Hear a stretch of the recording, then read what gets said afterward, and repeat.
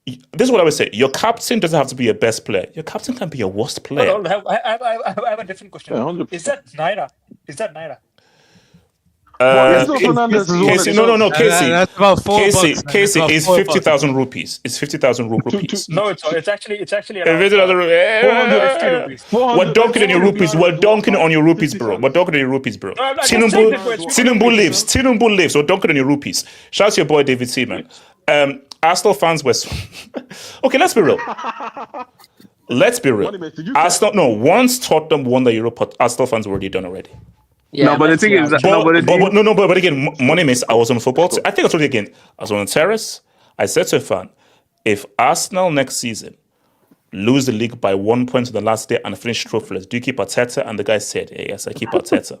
That's progress, man. That's progress. Bro, I'm telling you like that.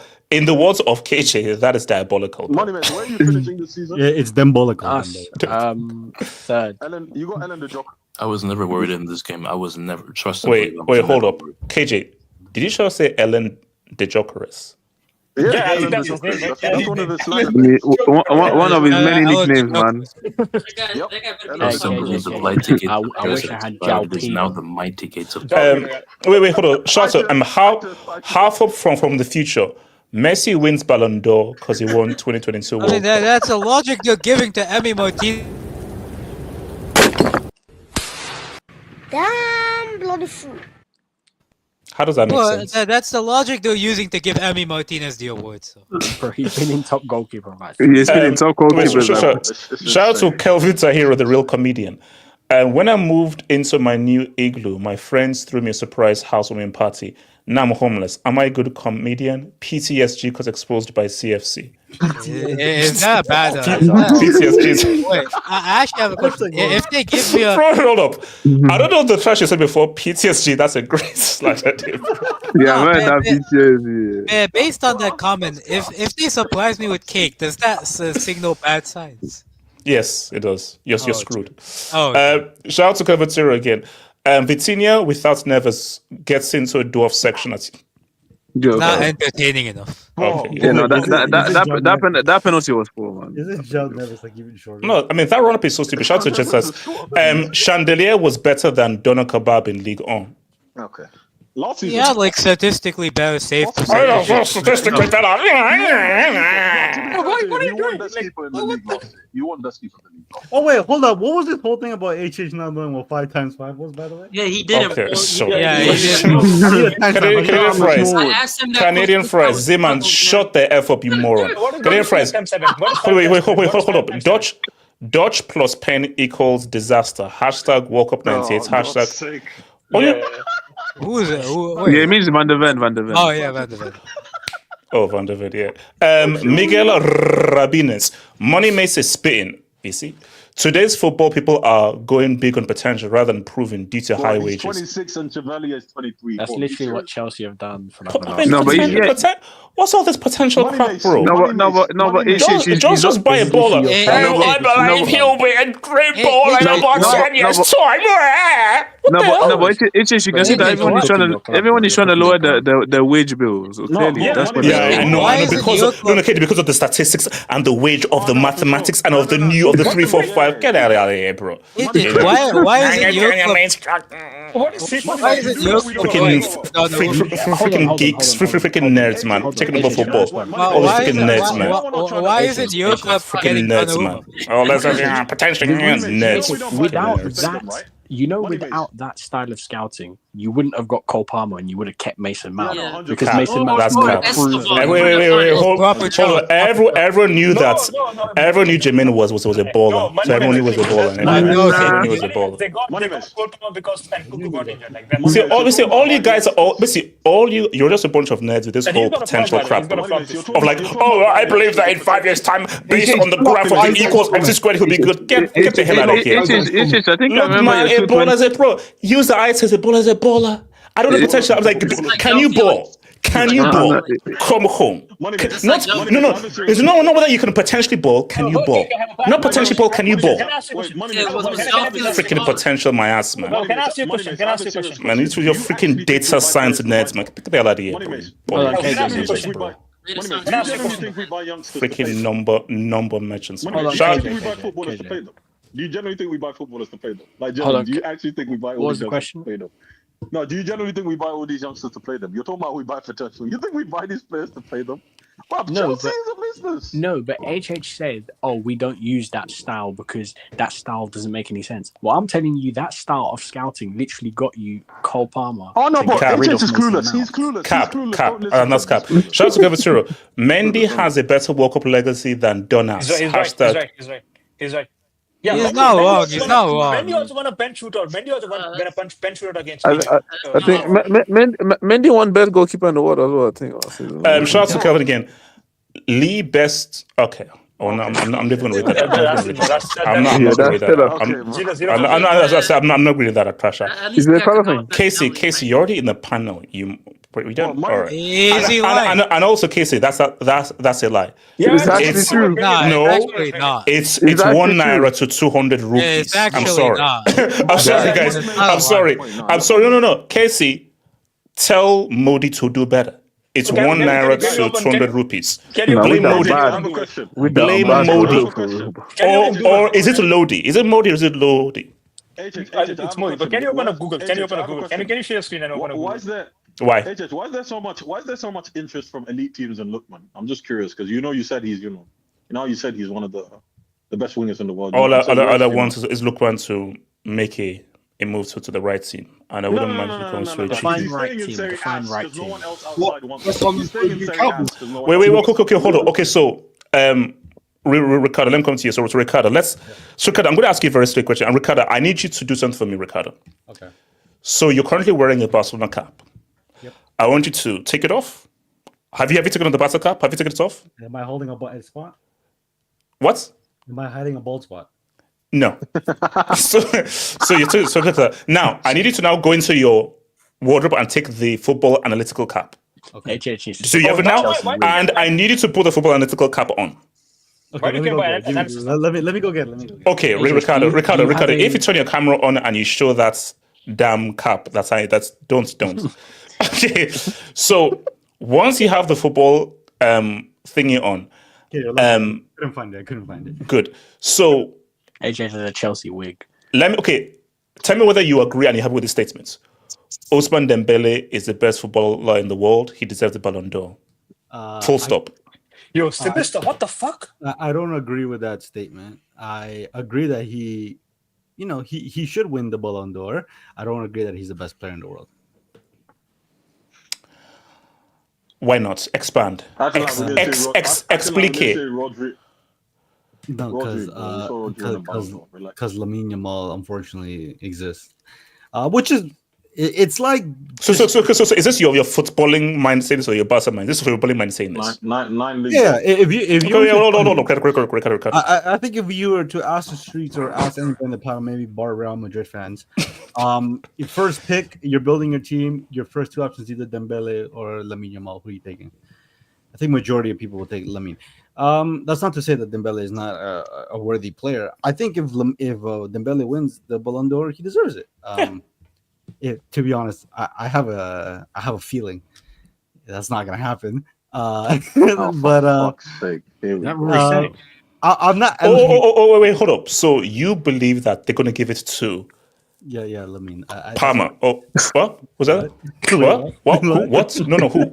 What? What guys calling him? Why guys calling him Jasmine Jaffa or Jasmine Yamal? What is his name? What is his name? So Ricardo. Now, so this is obviously September to 22nd. Yep. And let's be real. Now, I don't know. Has the voting already taken place? Or is it not taking place now? I'm assuming. No. It closes a lot closer to the date. Let's be real. You know how people say, "Oh no, the voting is of this period." That's crap. No, it doesn't work like that. It's human beings. It's about the last thing that you saw in your last image. So my thing is that it's not about also what's right. Those journalists, Ricardo, a lot of those journalists are going to put Yamal number one. How many? I don't know.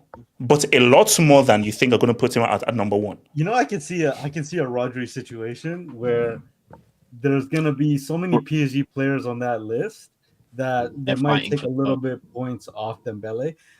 That Lamine Yamal is gonna end up being the winner of the award. Now, do I think that? Look, it's a really good argument to have. Personally, I'm not of the belief that Dembele deserves to win it full stop. I do think he has the strongest argument to win it, if we're at least basing it on the previous winners. I just think that we are. I think it's just like a bias against Dembele because of a reputation he has built himself over the past like 5 years or so. This definitely feels more like a redemption of his name rather than like declaring him the best player in the world, which is a good thing nonetheless because we all Cody, knew you sound like a jealous ex. You sound like a jealous ex. I mean, I got Lamine as a result. Can you bring up Bisbee Nation's comment, please? Can you? Look, I think like I'll be honest. I think whoever wins it between them two deserves it. I could hear the Dembele argument. I just think ultimately those voters, there's something that Lamine makes them feel when they watch football, and I think for a lot of the voters, it's gonna matter because if we're just gonna say, "Oh, well, this player deserves to win it because he won XXX in this trophy," then what are we doing with this award? So we're gonna have two robberies in a row. Basically. Well, it's not a robbery, but it's not a robbery because it's not a robbery. Come on. If Dembele wins, it's not a robbery. What are you talking about? If we're gonna be honest, wait, hold on, Ricardo. If we're ever gonna be honest about the award, it's not really over what you do over the course of the season.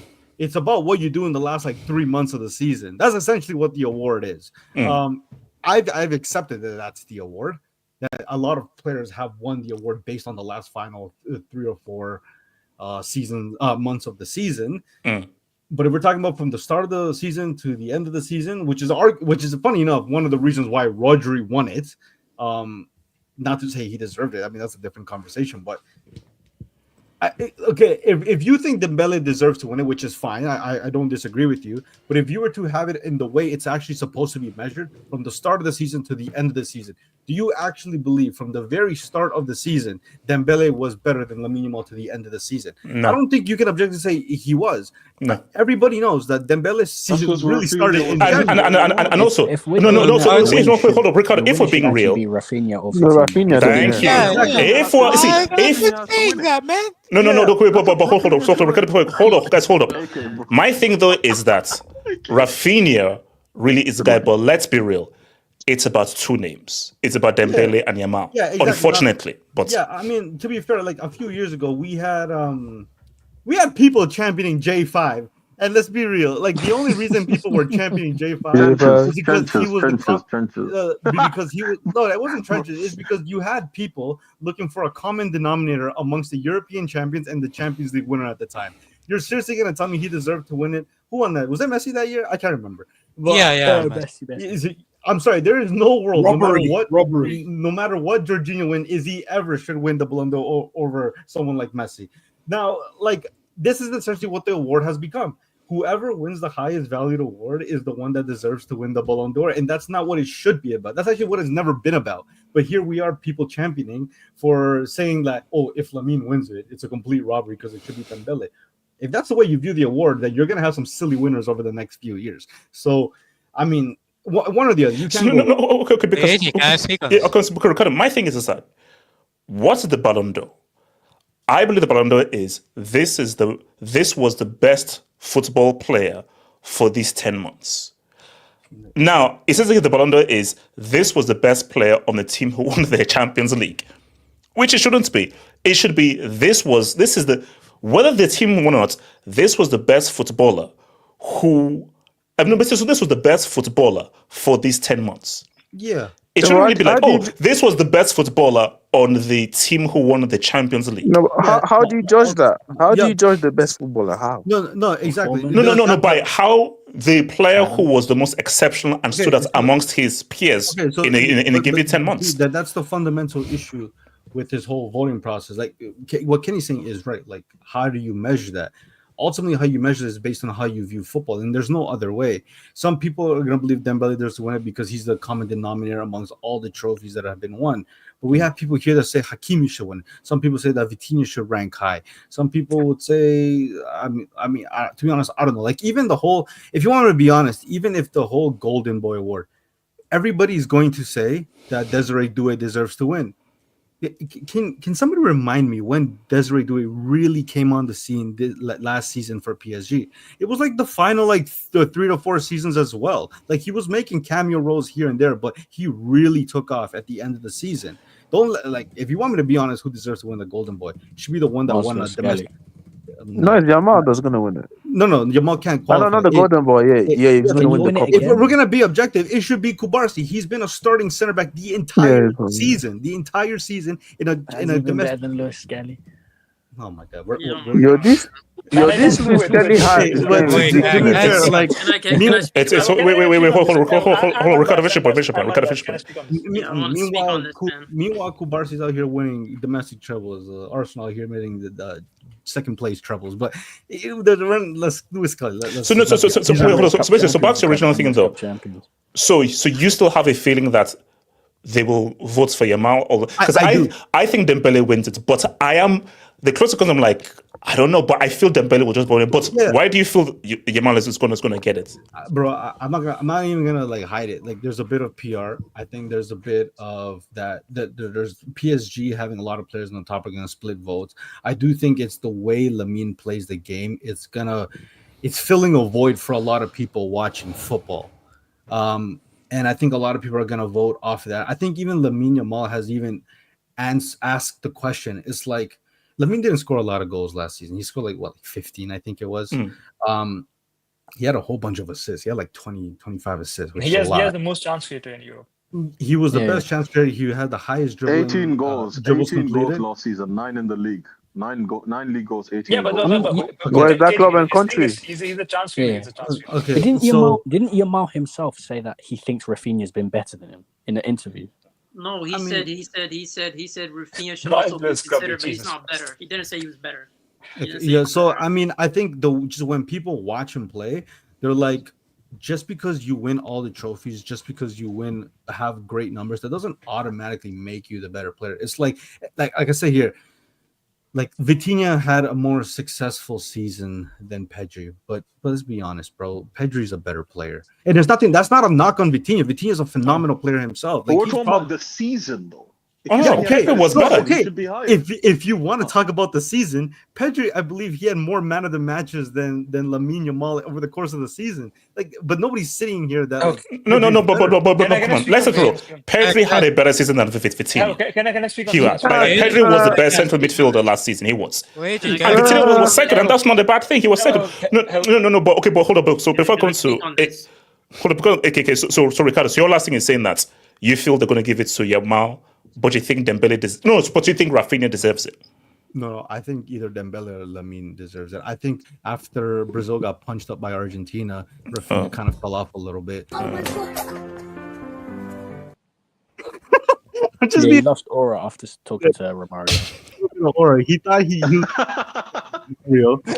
No, he just reverse jinxed himself. So, do you know what's so crazy? 2 years in a row where.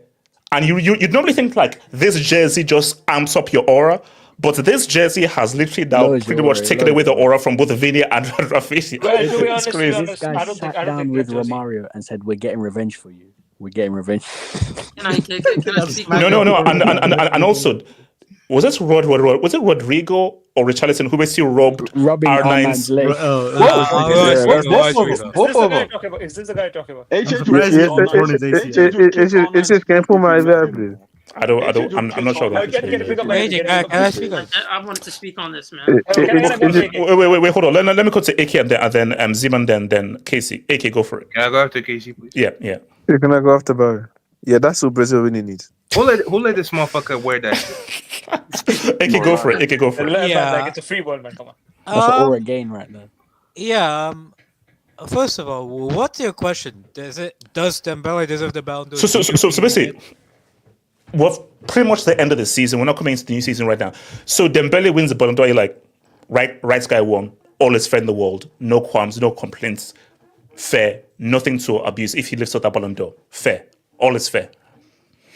Yes, he was the best player for PSG. He helped them win major trophies. He scored a bunch of goals.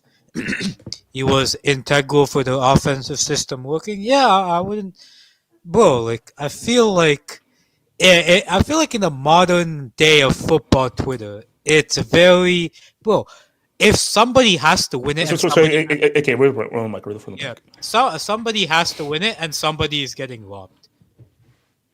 I don't understand. Like multiple people can be deserving of the award, right? Thank you. Like, if Dembele won it, it's not a robbery. He deserves to win it. So does if Lamine Yamal wins it. So does if Rafinha wins it. So does if Pedri wins it. Any of those 4 players win, in my opinion, it's not a. It's not a robbery. I think for me, if Dembele wins the Ballon d'Or, I don't think anybody will say it's a robbery. If Yamal wins the Ballon d'Or, Nomad and Misby Nation will be the only people who will say it's a robbery. Yeah, exactly. So And KJ. yeah, exactly. So I just think like yes, Dembele deserves it. 9 league goals. Same thing like for last year, HH. Remember we were talking about who deserves a Ballon d'Or last year. Like this is why. Like it made no sense to me, the outrage. Like just because Vinicius didn't win it doesn't mean that Rodri didn't deserve it. Vinicius deserved it. No.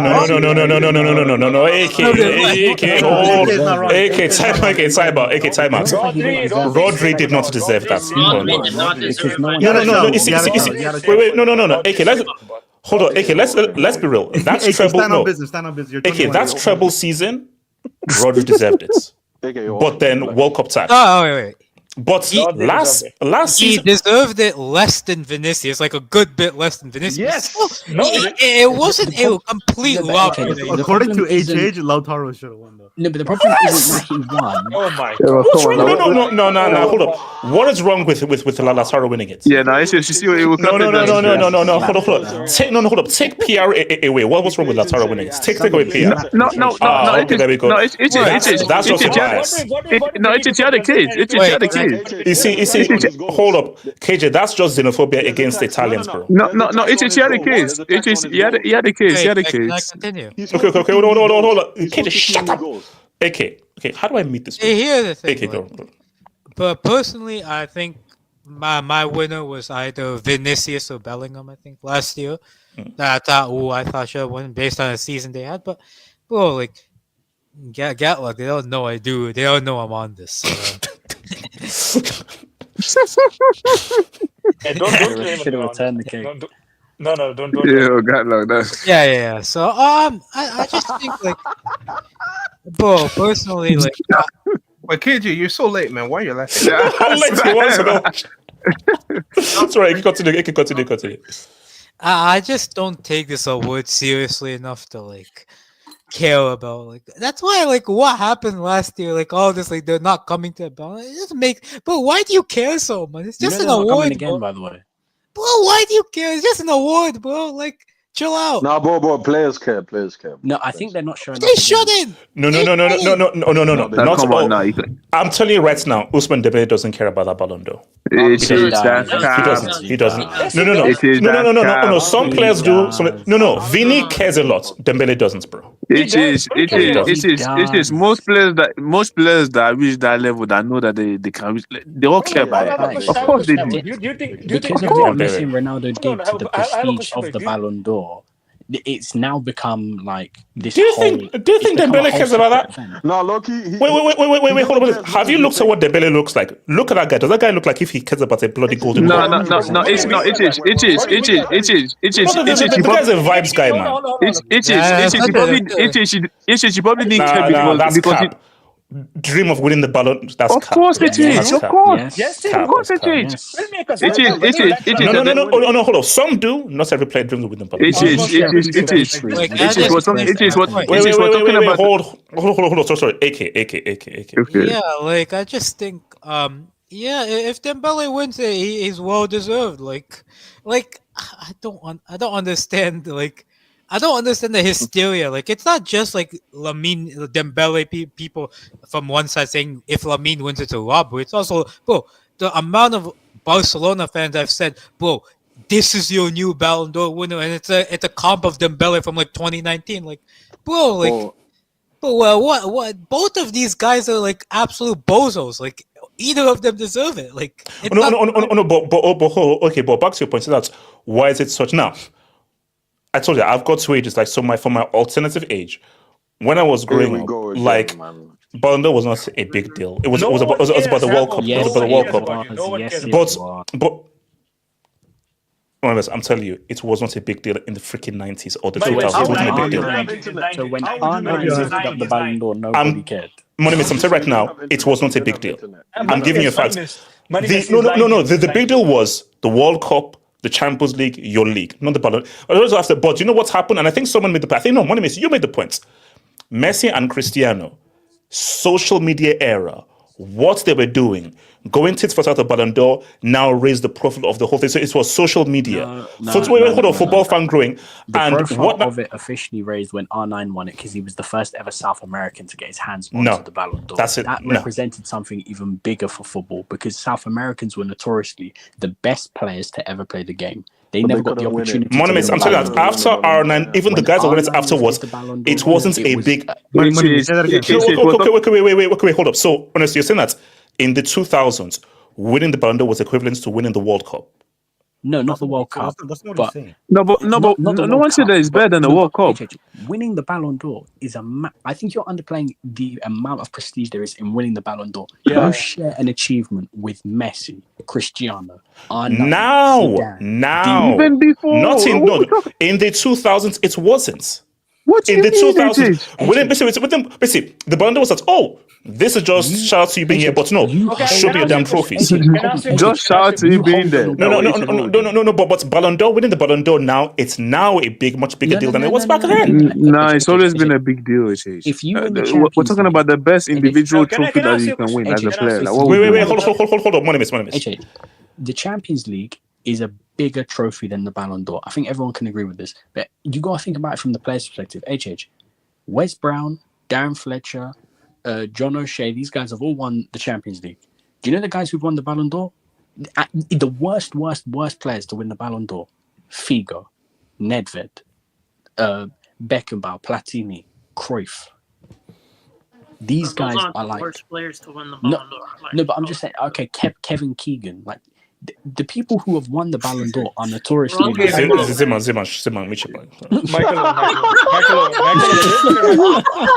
We got the name you mentioned, bro. I know. Some guys back in the day. Zeman. Keegan was Zeman. You have to use relativity. Let's continue. Didn't Stanley Matthew won the Ballon d'Or them times as well? Zeman, you asked for the worst, I gave you the worst. As well. He's a center back. We rate him higher than Modric is up. Man, Zeman, shut up, man. Continue.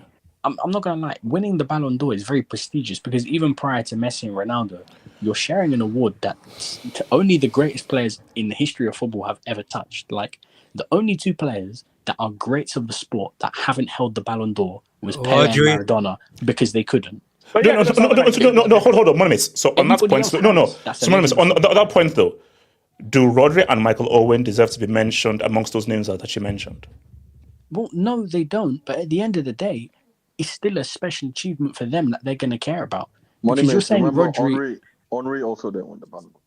Did Chelsea ever win a? Did Chelsea? And also, guys, let's be real here. Shout out to Nedved. No. Nedved deserved his. It was Shevchenko. No, Nedved. He was the player afterwards. Next year, yeah. Messi didn't deserve 2023. Wait, hold on. What the hell? Wait, hold up. So what's it called? The year that Henry did 2020, who won the Ballon d'Or that year? It was Nedved. Shevchenko, no? Nedved. No, that was Nedved. That was Nedved. No, the year French. Okay, so hold on. 04 was Shevchenko. Yeah, 04 was Shevchenko. Yes. In 2004, Henry did 30 goals, 15 assists, invincible season, went out to the finals of the Champions League. Shevchenko also won the league with Milan, but he went out the Champions League to Deportivo La Coruña. And I'm sorry, Deportivo La Coruña are way worse than Chelsea in the mid 2000s. Deportivo was a big team that time. No, Deportivo was a good team. What are you talking about? Stop. No, but it's still Chelsea- but the Chelsea comeback, were like better. No, but let's be like, Chelsea it's Deportivo. Milan though. It's Milan Yeah. in 04. Come on. Has Chelsea ever won the Ballon d'Or? No. Yes. No. No. I said yes. You know it's sad that the closest Chelsea representative to Ballon d'Or is J5. J5. No, exactly. No, Lampard It's came Lampard. third, I think. Yeah, Lampard No, came second, third. he came second. Second. Oh, Second. really? Wait, so Yeah, second. what? Came second. Who came first that year? Dino, Ronaldinho. Lampard, Gerrard. And then Gerrard was third. But the problem is with I those thought votes is Gerrard that was second, AKA Lampard it was- Wait, so there was a hold massive on. gap. Monimis. The problem is with 05, there was a massive gap. It was like Dino had like 700 votes, and then like Lampard and Gerrard had like. So 8. Monimis. so Wait, hold on, Monimis. So let me ask this. So Monimis. So, Dembele wins it. Does it not deserve to be in that? If we discard the poor man's Zubimendi and Michael Owen, does and Kevin Keegan, does he deserve to be in that kind of discussion? Kevin Keegan, man. Yeah, come on. Oh, Did he brought up Zubimendi win a treble? Did Zubimendi win a treble? So you respect Rodri, man. Abdallah Mitchell, Can I- like, man. can So I, yeah, come to you. So Monimis, if Dembele wins it, do you feel like, oh no, he deserves to be amongst the names of the greats who won this Ballon d'Or if Dembele wins it? Monimis. Well, yeah, he's one of the players that I think deserves to win the Ballon d'Or. Like, here's the thing: when people talk about Ballon d'Or, I think AK and Ricardo are right. Like, very rarely has there ever been years where if somebody doesn't win it, then it's a travesty. Like, for example, Benzema in 2022 was so far clear of every other player that it's not even a conversation of who should win the Ballon d'Or, and the votes showed that. No, there's a Ronaldinho in Liverpool two- fan in my mention who still to this day argues Salah should have won it. That I think it's undisputed, it's burner. Listen, 2000 and let's say, for example, 2012. I don't care who won what, bro. When I saw 2012 Messi play football, close the votes at that point. I don't need to know who won the Champions League that season, or who won the Super Cup, or who won XYZ trophy. When I saw Messi play in 2012, he's undisputedly the best player in the world that season. So, Okay. Now, Monimis, great points. Very good point. Now, I'm not comparing them because 2012 Messi was an alien. Crazy. But let's just stick to this year. Now, maybe I'm wrong, but let me just put this out. Let me just say what you say. Isn't it pretty clear that just as a footballer and a performance as a footballer, Yamal has stood out from the rest of the field? Very weak field. Very weak field. No, I'm not. Okay, okay. But okay, Monimis. Hold on. Monimis. And this is where I think people sometimes misconstrue the two. Your talent does not equal your performance. Your talent helps your performance. It makes it easier for you to perform because you have better talent than everybody. So, like, if you ask me as a broad question, who is the best footballer in the world, I will say Lamine Yamal. But if you're asking me who's the best for this season, which is what the Ballon d'Or is, then the Ballon d'Or for me, I think there's 4 or 5 players who could win that Ballon d'Or. I'm not gonna lie. Like, what's it called? Yamal, Dembele, Rafinha. I think Rafinha's getting really underplayed. He had a good season. 100%. So basically, you don't feel Dembele is undisputed? It's disputed. No, he's not undisputed. No, he's not undisputed. I'd say Rafinha, Yamal, Vitinha, Pedri. And listen, I'm not gonna lie. People might not like it because it's not sexy on the eye and that sort of stuff. But bro, if Mo Salah won the Ballon d'Or, I'm not going to be against it. Bro, he had a ridiculous season. No, a ridiculous domestic season. Come on, man. UCL tax, bro. Come on, single-handedly carried Liverpool to a league title. I'm not gonna lie, we gotta stop the Mo Salah hate, bro. That like No. See, no. Don't do that. No. As I said that, domestically, Salah outstanding, bro. You went out in the second round and you performed trash in both legs. Yeah, that's fine. Black African tax. No. I just think generally speaking, the discourse around Mo Salah, like the hatred is like. No, Barakali, you can't say that when Monimis just said that if Salah won the Ballon d'Or, people shouldn't be like, whoa. People should be like, I whoa. don't think Now, people should be Salah like, should whoa. Salah should finish at least top 5 or top 4, 100%. Top 5 or top 4 based on what he did.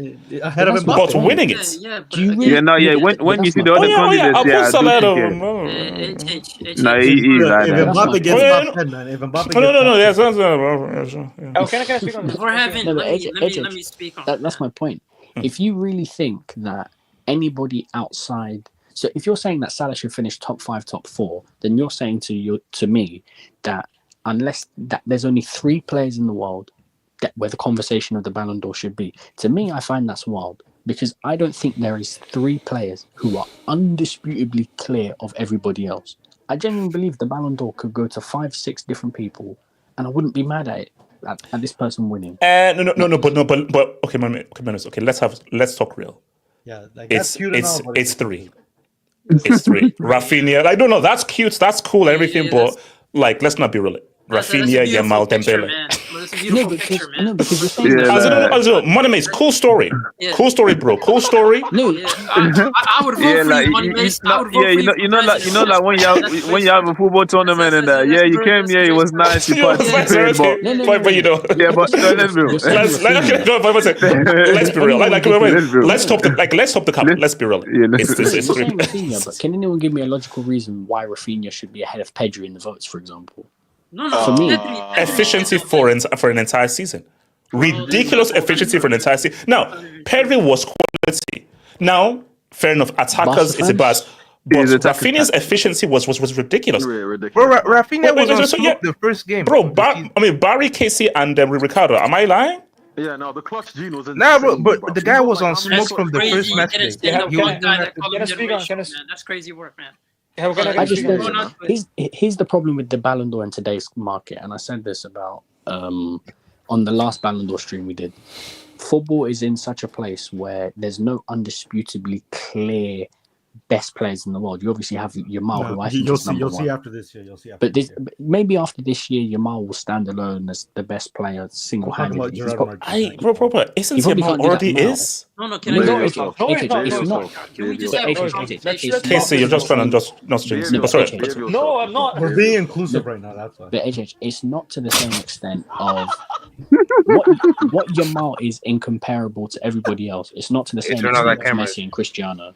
No, It's not the same extent of Messi and Cristiano. Like Oh, no, Messi and Suarez Cristiano 2016, were Suarez 2015. undisputed. I don't care what Suarez did or what Bale did or what For Neymar real? did. Messi and Cristiano were so far ahead of everybody else. But So but far no, ahead. but hold up. No, hold up. That First of all, doesn't exist. you can't do that because you have to look at how good Messi and Cristiano was and how different that world was. But that's my Okay, point. because that was a world that didn't see a Zidane, didn't see an R9, didn't see a Baggio or a Romario. Zizou in the combos of Zidane won a Messi. Ballon d'Or for 2 good games during that World EU. Cup. Wait, what's up? Right now. I'm sorry. And let's represent a peak Zizou watches Messi and Cristiano. I don't care what else. A peak Zizou watches Messi and Cristiano. Like, no, as I was saying, Messi, that's for you stats matches. Messi Cristiano, for you stats matches. The real guys, like no, for like the real, the real guys is Ziz. No. The stats guys are cool. The stats guys, you're cool. You're cool. AJ, I have a Can I speak on this? Hold on. Money miss. The coach is man. Money miss. Can I go on Seaman? No, I'm actually going to round it off here. I'm really interested. Do you actually think that, okay, so let's assume the Ballon d'Or winners, they're all in their prime. You think Zidane could win a Ballon d'Or against prime Messi and prime Cristiano? Yes, 100%. Because he's a better footballer. 100%. 100%. I mean, if it's a World Cup, if it's a World Cup year, maybe, but about that now. No. But see, if I was voting, a pick Zidane is better than a pick Messi. No, man, come on, man. 100%. Now, here's the thing. I'll give you the stats. Messi has all the stats in the world, but as a complete footballer, Zidane washes those guys, bro. It is the only way. But you understand? No, Money Mace. wipe that saliva off. your I'm the chin. eye test. Wait, Ricardo. No, what is this Money guy Mace. talking There's about? the stats Kenny. and there's the Yeah, eye Ricardo, test. Acting like I'm an Messi. eye This test. guy's acting Not like the There's Messi. stats, stats bro. and then there's the Yeah, two-hand. the only way Zidane has a chance is if it's a World Cup. Yeah, let's go. Sorry with about it. this. The only stat I know is Zidane lost back-to-back finals. Ricardo. Wait, What's hold he up. talking about? Hold up. Okay, I'm going to start meeting guys. Zeman. Talk to me, Zeman. Can I go after Zeman? No. It's Zeman and it's Casey, then Kenny. Can I Zeman. go to Kenny? Yeah. How highly do you value individual trophies when you're talking about players comparison, just in terms of legacy? How highly do you value when you make player comparisons in general? Oh, so when you say, so you mean like stuff like Ballon D'ORs and everything? Yeah, Ballon D'ORs, yeah. Obviously. They mean zero to me. Zilch. Zero. Yeah, because for me, it's like the whole aspect of I don't need an individual title to tell me who's been the best performer. Now, if you're saying these players are in contention, I get it. From Dembele to the likes of even I don't know why a fullback would be involved in this. The best player in the world. I mean, that's ludicrous to me. But from players like Achraf Hakimi to players like Pedri to players like.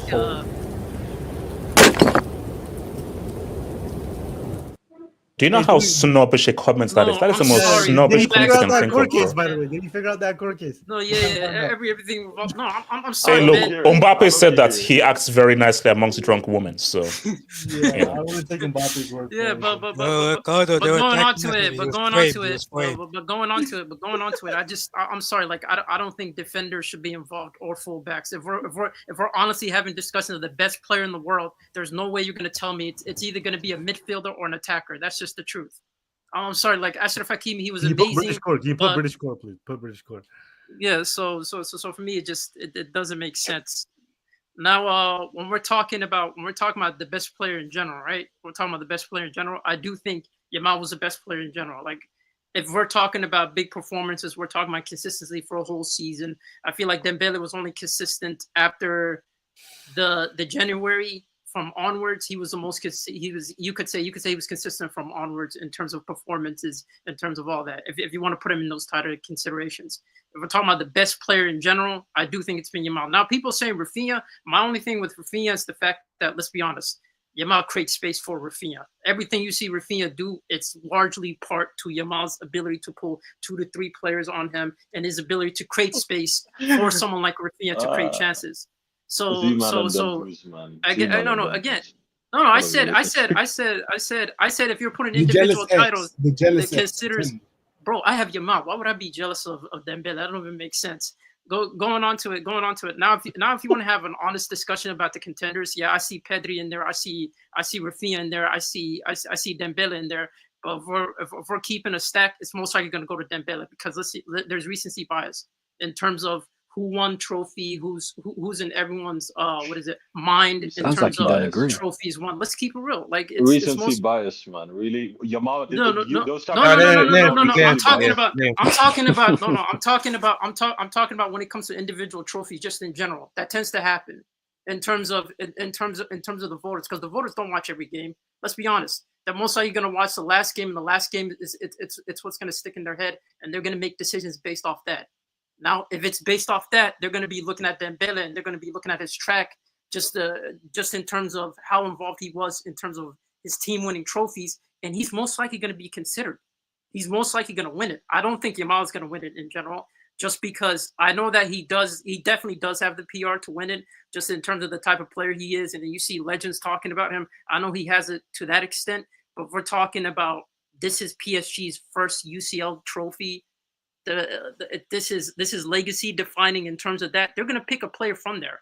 It's going to be Dembele. I know Achraf Hakimi was doing interviews saying, I deserve it, but you're a fullback, my guy. Like, stay in your lane. You're not involved in this. Know your place, man. Know your place, man. Know your place.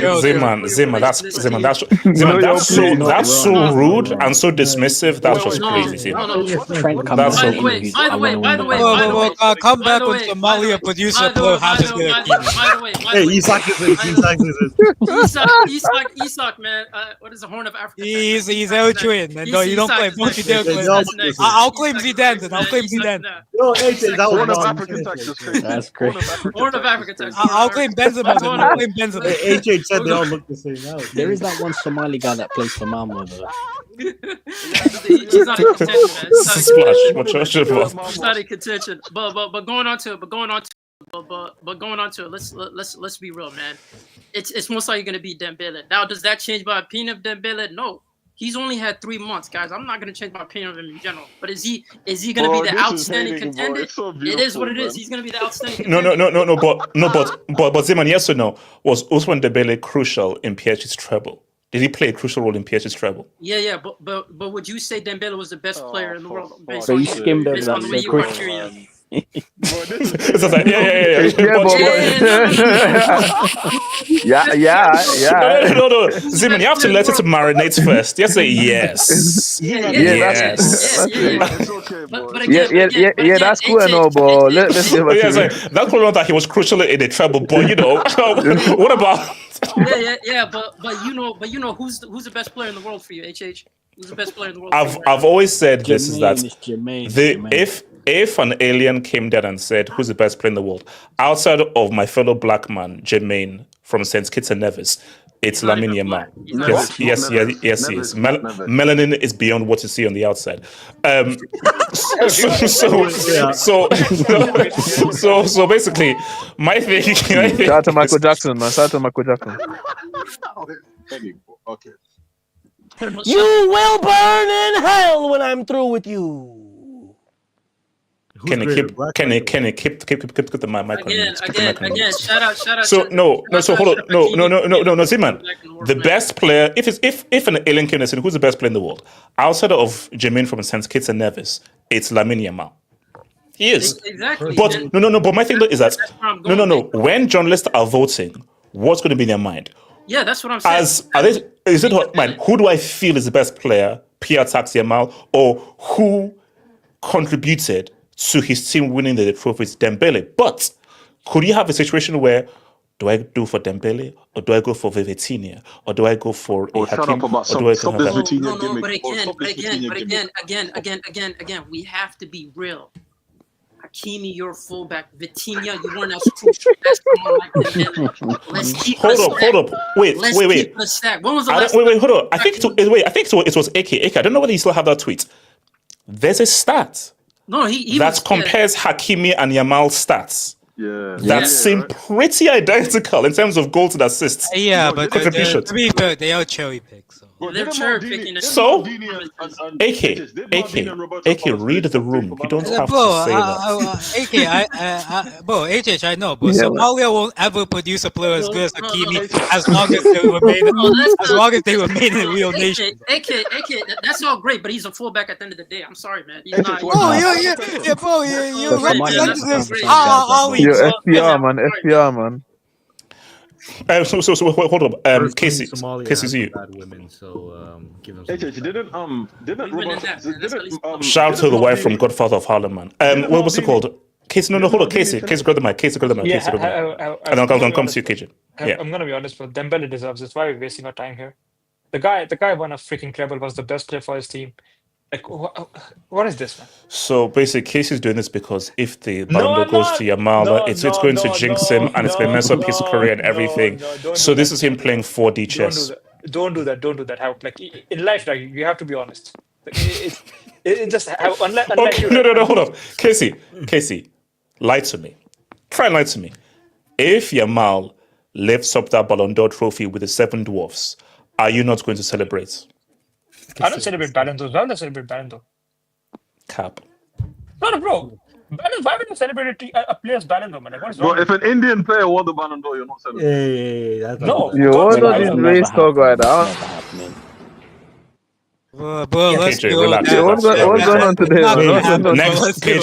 Next racial things will go be yellow and red. Asian lives matter. So, Casey, you know that's not happening ever. So wait, hold on. Casey, go for Casey. Bro, there's high chance of like Habo pending up with like that Rachel check, whatever, like than that.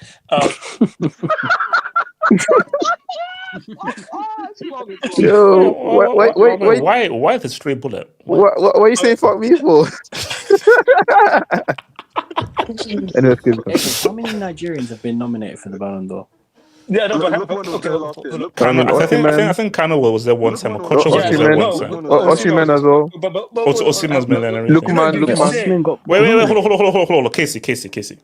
That's not the site. You say you don't care about it, right? You say players don't care about it. Yeah. No. Hold up. Some players. No. I think most players do. Some players Okay, don't. I've got to ask you a simple question. What is Yes, a bigger award? African Best Player or Ballon d'Or? Answer very carefully. Oh, it depends. Casey, you're evil. Casey, It depends. No, what the fuck? It's easier to win African Player of the Year, for being honest. African Player of the Year. Now what? No. Casey, African Player of the Year is bigger. Now what? So hold on. Are you telling me? Hold on. Hold on. With the straight face. Sit next to Figo or sit next to Aubameyang? Aubameyang. No, guys. New thing right now. Any African slander, any casual source racism gets you a straight red right now, bro. Things are changing from this new season, bro. So Ricardo, you're on red card to watch, bro. Relax, bro. Africa is the motherland, so you know what I'm saying. I'm not. I didn't know Africans were this sensitive. Because you pretend you don't care about the Ballon d'Or. But you care about the African. But you care so much about the African best player that when that bum Ousmane won it, you were hyping him up as like he's the second coming. So first of all, you're going to respect an African king, Victor Osimhen, and everything. As I say, second thing as well, the African Player of the Year, it has cultural prestige. Because my thing is, let's put it, Ballon d'Or has no seasoning, it has no culture. African Player of the Year has culture. It has culture. Simply, it is what it is. You know, and also, Casey, I know that you want to be Travis Kelce and everything that, so you may not really understand the whole thing of Swag and Swifty. But Casey, it's about. No, but I have a question. I still don't understand what. No, my point is simple. You can't be a hypocrite. You can't hype up African Player of the Year and not hype up the Ballon d'Or. Wait, no, wait, hold, Casey. Yes, I can, because African Player of the Year has cultural heritage. It's representation of Africa. Who cares about some bombers, glitzy bourgeois Ballon d'Or thing? It's Africa. It's the motherland. It's where we came from. Who cares about one bombers Ballon d'Or? Look at the drip during the ceremony. Look at the drip. Come on, man. Kenny, I was about to go there. Casey, did you see the drip that Lookman had and everything? Come on, what? So hold on. Casey, you wanna care that strip? That's amazing abada that my guy wore. So some bomber suit that anyone can wear. Get the hell out of here, bro. Casey, it's about Salani. Salani. Wait, HH, can North Africans win the African Player? Yes, they can. You stupid. Wait, hold up. No, KJ, copy. So KJ. I just need to ask you. I love racism. Okay, Casey. Okay. And I love sending you off as well. So okay, Casey, what's it? Yeah, that's a crazy thing. Okay, assume Dembele wins the Ballon d'Or and Lookman wins the African Player of the Year. Which guy will you want in your team? In Chelsea. Lookman.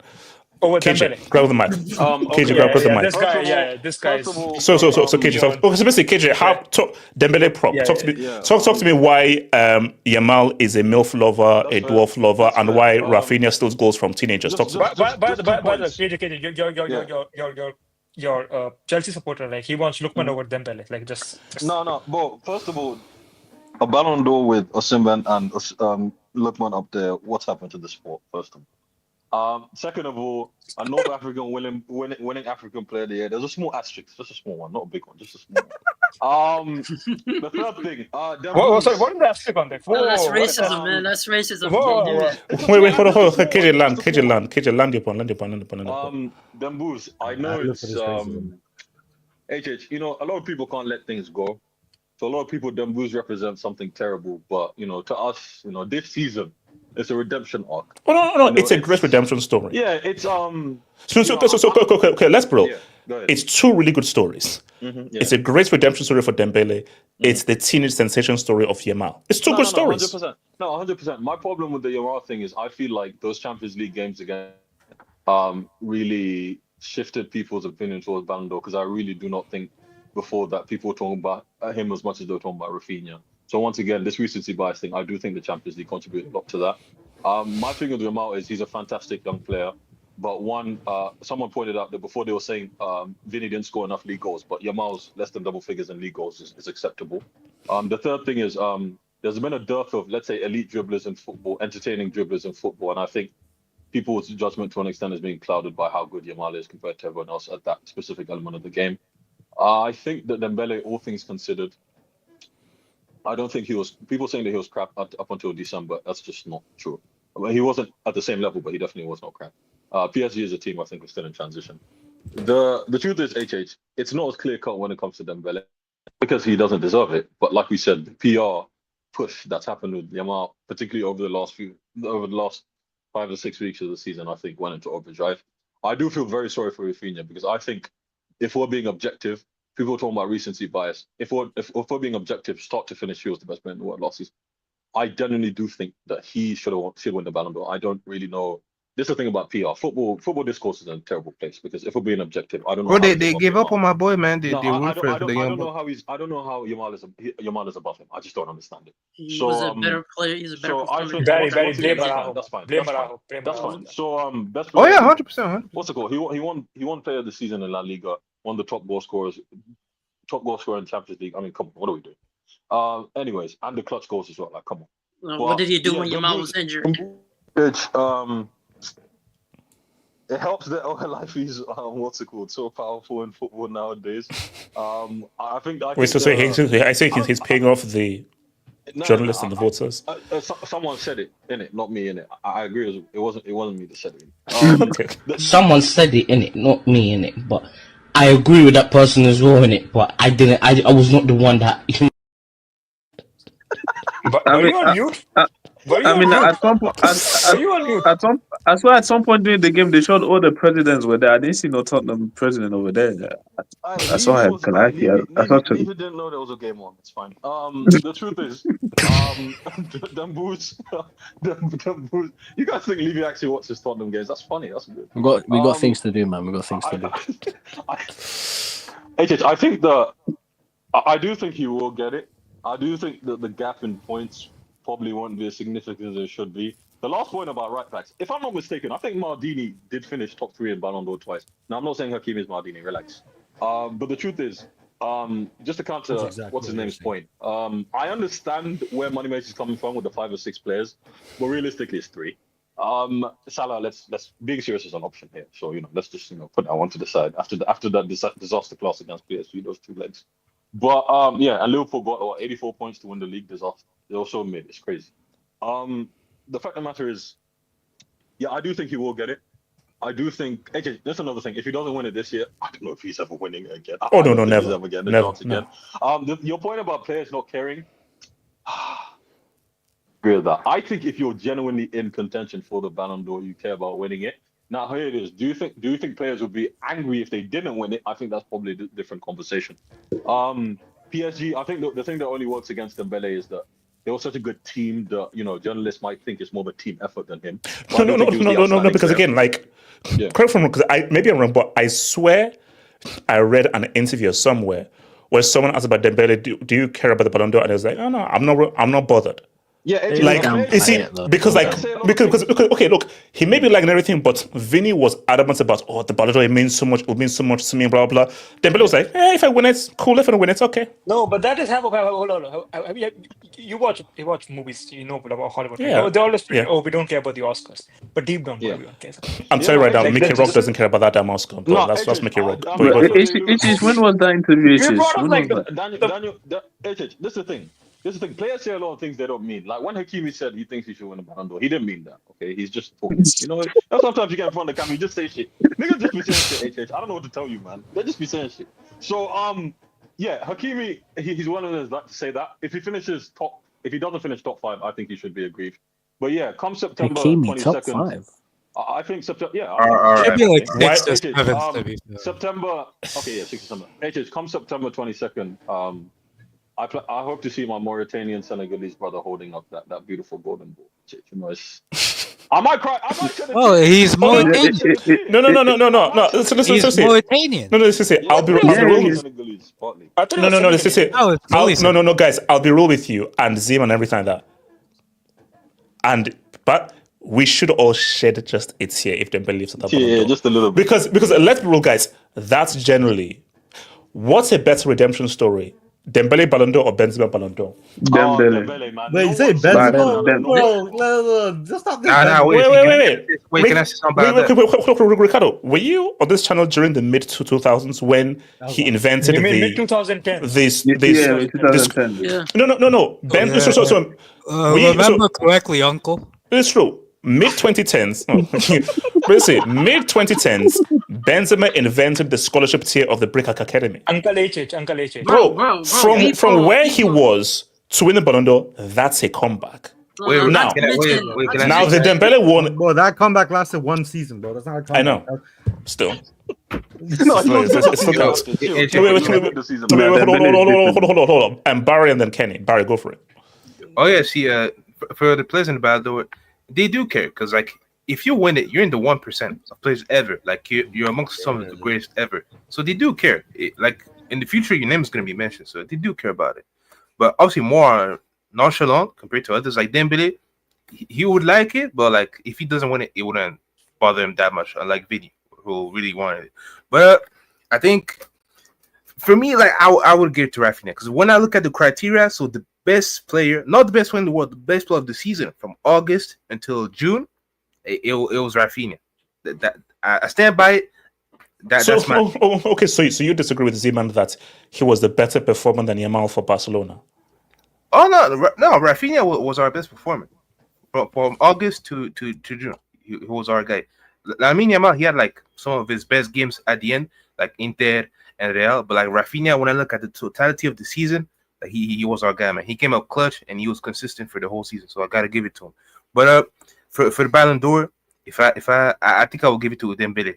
Like my main argument for him was when he took off, PSG took off. Because I remember when it was like September until that Man City game, they weren't gonna make the UCL knockout stage, and if Marseille was flirting a little bit in the league, like it wasn't like a huge gap, but like it was close. It was like 7 we or weren't 8 doing anything, man. We weren't doing anything. Okay, can I finish my point? God damn it, damn. Yeah, so I was saying like October, like November, and then afterwards when Dembele took off, that's when you couldn't be stopped. So there you go. I would say that Dembele, shout Hakimi, shout to Vitinha, but like know your role, like The Rock says, know your role and keep quiet. So Dembele is the guy, and yeah, I will give it to him. What's it called? Kenny, what are you saying? Yo, this actually disrespectful. Bro, that's what I'm saying, bro. Why you No, Kenny, Kenny, hold This is on, the Moroccan hold up, Kenny. If a striker or a central midfielder gave an insistence, I feel I should win that Ballon d'Or. I'm not going to say anything. Because he's a right back, which that's still a position in football. Guys are like, know your role. It's the lowest skill position in the pitch. Let's keep it real. Oh yeah, Cafu was a bomb. Nowadays, I Cafu don't was a know. bomb. Ashley Cole was a bomb. Lam was a bomb. Marcelo was a bomb. I don't want to hear you. I don't want to hear you hype Miles Skelly up again. Maldini was a bum. Well, Graham was Maldini was a bomb as well and everything. No, but Money Miss, I would agree with that in most teams, but nowadays some of these teams, some of these fullbacks, what are you asked to do? Like, come on. Well, if you look at it's different. You see, Kenny, no. Fullback is the easiest position to play in football. Nah, position. Wait, hold up. Monimis, you're thinking of 4-4-2. Gary Neville and Phil Neville were. Yes, it's super easy. I think I was going to say Gary Neville. Yeah, no, brother. You see, in 2025, what Hakim is required to do, where you still have to defend the but do you know how important he is to the attack? Okay, hold on. Was there You basically let's bro. Wait, hold up. For PSG, Hakimi is pretty much a defender and a winger. What is the lowest skill position I on the argue pitch that then? striker and centre back. I agree. There isn't one. Like this is a stupid thing. Yeah, each position has different skills. Bro, It depends on the team you play for. it depends on what kind of striker you are. Or the system as well. If you're a target man, that's the lowest skill. If you're a target man, 100%. No. That's if you're a roaming striker. If you're merely a target man, that is much lower skill than a Hakimi right back. I'm sorry. If we're gonna say, Wait, no, hold on. Let's have a clear. So you're saying that a target man is a more skilled position than a Hakimi type right back for PSG? Hold on. I know. If Traore, man, what are we doing here? Yeah, no. I know if anyone is not doing a stupid. I know. Wait, hold on, Casey. I know if someone is not doing a stupid rainbow flick or like Shevan blah lala, like what are the terms you come up with all the time? You don't rate him, but you realize positioning is an important skill, right? You realize Haaland is the best striker in the world because he has the most elite positioning. Like he has no lala. That's the problem. But who cares? He's so Haaland is more skilled than Hakimi. His position is more skilled than Hakimi. But being more skills and having a harder position to play does not correlate. Why is Hakimi getting smoke all of a sudden? Wait. Hold on. Time out. Kenny, back to you. No. What's it called? Kenny was talking to Kenny. Can I say something? I don't hear Nuno Mendes getting any smoke, bro. Nuno Mendes. Nuno Mendes can pocket 2011 Messi, man. Fuck that guy too. Kenny. Yeah. No, I ain't gonna lie. Nuno Mendes the last two finals, I ain't gonna lie, they've not been great to you because it was looking like you could stop everybody, but the Club World Cup final and this final, the way Kudus moved to him, I was like, why? But anyways, like I was saying, this thing that most players don't care, not like that's not true. If you don't care, yes, because you don't have the capabilities, or you don't have a chance to be able to get there. If you have a serious chance to be in them conversation, of course you're gonna care. Because at the end of the day, as most players, atmosphere is a team game is nice. You want to be the best player. You want to have them individual awards. Like when you're a kid, when you play football, you want to be the best player. You don't, winning with the team is nice. But I want to have them trophies. I want to have them best player trophies. I want that. Like most footballers that if you've been yes, you want that. Especially but how do you call it? Especially Kenny. Especially the forward players, and if you're an attacker, you want to be the best player. You won the team. Yes, of course you want to be winning team accolades, but you want to be rewarded as an individual as well. The Ballon d'Or is the highest level of that. So most players want to win that trophy, and I do think that over what we want the trophy to be, over the full season from August to January, the most consistent. That's not what this is about. This is about at the end of the day, most guys probably most guys that even vote for this stuff. You can't be watching all these players for most of them games there. Yeah. No one is watching 38 games of PSG. No one is watching 38 games of Barcelona. No, bro. Isn't that the same issue that you have with the MVP? Who the hell is watching all 80-something games of any of these players? No. No one is. So basically, people are like, okay, they will look at your numbers, they will look at some of the big games you had, the key games you had, and then they'll vote. But again, I don't want to divert too much from football, but it is interesting though. So let's say, the guys who don't watch basketball, there's a regular season MVP, and then there's obviously the finals MVP. Regular season, it's 82 games. You're not watching all those 80 games. So, you see, the thing about this award is just one award. And let's be real, you're focused on the Champions League and those big games. So, hold on. Imagine if the Ballon d'Or was split basically a domestic award, which let's say Salah would win, and let's say a trophy award. If it's a domestic award, you're not watching all those freaking games. Wait, hold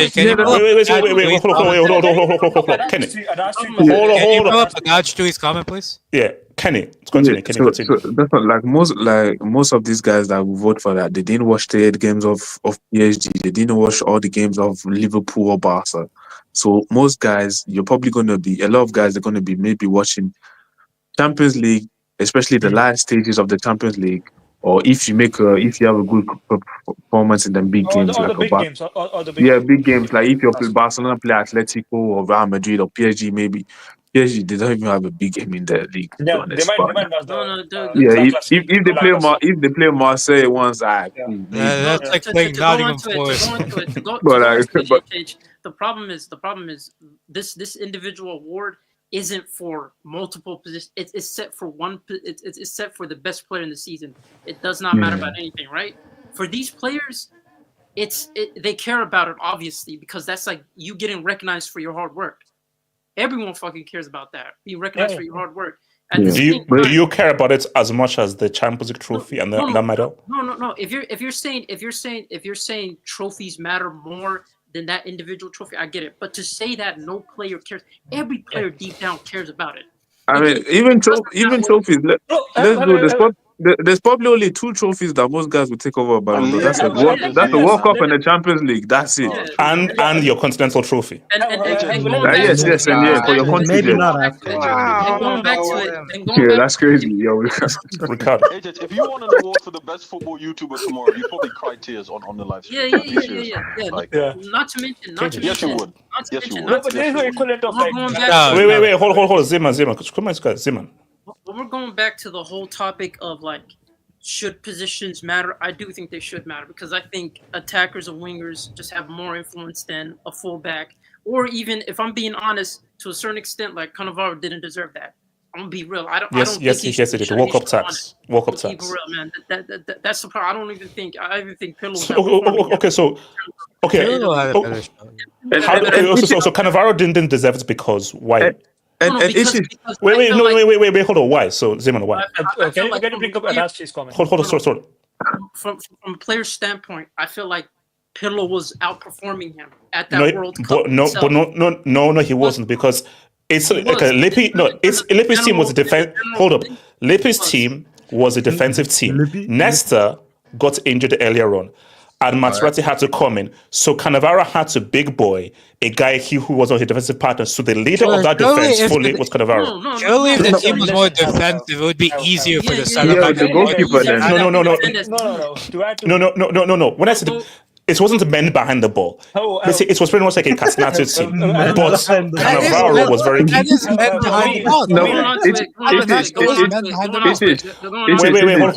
Zima, what's saying? Before we divert, I don't think Cannavaro deserved it. You clearly think, even though they were defending as a unit, going on to it. Cannavaro had individual moments. You didn't watch. You were too young. You weren't even born. Buffon had more individual moments than you went born. You didn't even watch the World Cup, but I did. But continue. You sound like a child, bro. Zeman, make your points. Zeman, make your freaking points. When we look at the likes of Achraf Hakimi, right? I think if you want to make an argument that he's top 10, you want to make an argument he's top 7, I have no problems with that. But making the argument that he's the most crucial instrument in that team and he's likely to win it, even from a PR standpoint, it doesn't make sense. Nobody said he's likely to win it. I'm saying that your disrespect of him is crazy. And I'm saying that. And also, Hakimi, wait, hold up. Hakimi is extremely important to how that team functioned. Okay. That's Real Madrid. The Real Madrid 3 repeats. Was Marcelo not crucial to how that team played? No, he was. But would you say Marcelo was the best player in that team? He was one of the best players in that team. He never finished top 5. The point is who's the best player in that team. That's the whole point. No. I'm not saying Hakimi is the best player in the team, but the way you're disregarding that, know your role, don't even talk, go sit in the back and everything is wild and disrespectful. So I'm just saying you're being very disrespectful of Hakimi because he's a right back. Wait, hold on. No, I've got to go back to Kenny because Kenny was talking. Kenny. As much as the Packers, man. But yeah, like, for example, another flaw thing about this Ballon d'Or is, for example, the World Cup tax. I don't even know why World Cup tax exists because there's a thing in the World Cup called Best Player. You want your golden ball. That's it. I don't know what. I know it's the World Cup, man. It's the World Cup. It's the World Cup. No, but it's the biggest tournament in the world, man. Don't discredit it. Yeah, it's not about discrediting. But but hold up. I get where Kenny's coming from. I get where Kenny's coming from. If you're looking at the point that he should be the best player over a whole season, a month tournament should not have that much impact. No, but for Kenny, if you're talking about consistency, right? No, I'm not. I'm talking about. No. Kenny is 100% right. Yeah, well, a 13-game tournament shouldn't have influence. No. Because put it this way: if there's a best player of a World Cup, then the World Cup should not be into the whole Ballon d'Or discussion. Similar to if there was a best player of the Champions League award, then the champion should be disregarded. But Kenny, do you know what the issue is? It is what it is. Because the Ballon d'Or is just this big tournament, they're always going to use the Ballon World Cup. And that's why I said most of these individual Ballon, this stuff always get the most important bit is what you do at the end of the season. And that's why most of the time is the team that wins the Champions League or a player that goes far in the Champions League or stuff like that. You know, that's why a guy like Salah, unfortunately, you ain't got no chance. So the way you're describing, you think Salah should win it, right? Because if you deep it from start to finish, he was arguably the most consistent player. I don't know. No. Actually, I think no. If you're talking about consistency, I think Rafinha should be first, but I think Salah should probably be second. If we're talking about Wait, hold on, Kenny, real quick. So Kenny, you're saying that if Trump has his way, Pulisic should win the Ballon d'Or next year. This guy, I mean, if he has a good World Cup, probably that's the way. That's what I'm saying. No, but you're the same person that says World Cup matters. The only thing Palmer's going to win is autism awareness. Wait, hold up. So that's what That's yeah. The next thing from me, I'll send you off. Next thing I'll send you off. Continue. But so the measuring point is that let's go. This award is given what you do in the latter part of the season. That's why Yamal Dembele is down there most of the time because Dembele he was the most the goal scorer. He scored important goals in that PSG run, and Yamal had that crazy performance against Inter. Like, honestly, if Yamal I'm telling you, if Yamal does not drop the games I did in the 2 legs against Inter, I don't think people speak in the same hill that they speak about him now. I feel like them two performances like I feel like it changed the landscape of because Yamal wasn't in the convo, but like, most people were saying Rafinha, and then he had them 2 great games, which he bought. He was clearly the best player. No, Kenny, this is where I'll push it back. In terms of if you want to talk about performance consistency, he's been more consistent than the likes of Rafinha. If we're talking about goals in GA, it's been Rafinha ahead of him. No, but you can say that. Let's go before that Inter game. Most people were saying Rafinha is the guy. We were talking about mostly Dembele, Rafinha, and then Yamal was like maybe third.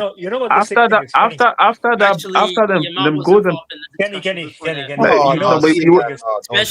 G-Man, come on. Hold on. Kenny, where's Kenny?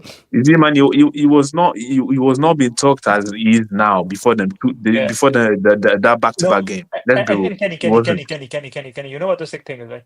Before Araujo did what he did in the 92nd minute, Rafinha had the goal, like a game-winning. That was sending them to the final. To send them to the final. Araujo's going to hell, man. Nah. Wow, that's crazy. Wait, hold on. Let me run to Dubinsky's man. So shout out to I'm not gonna lie, hell might be too Abdul Hadi. Is that you? My top 5. Dembooz, Rafinha, Yamal. Drop the goddamn brick.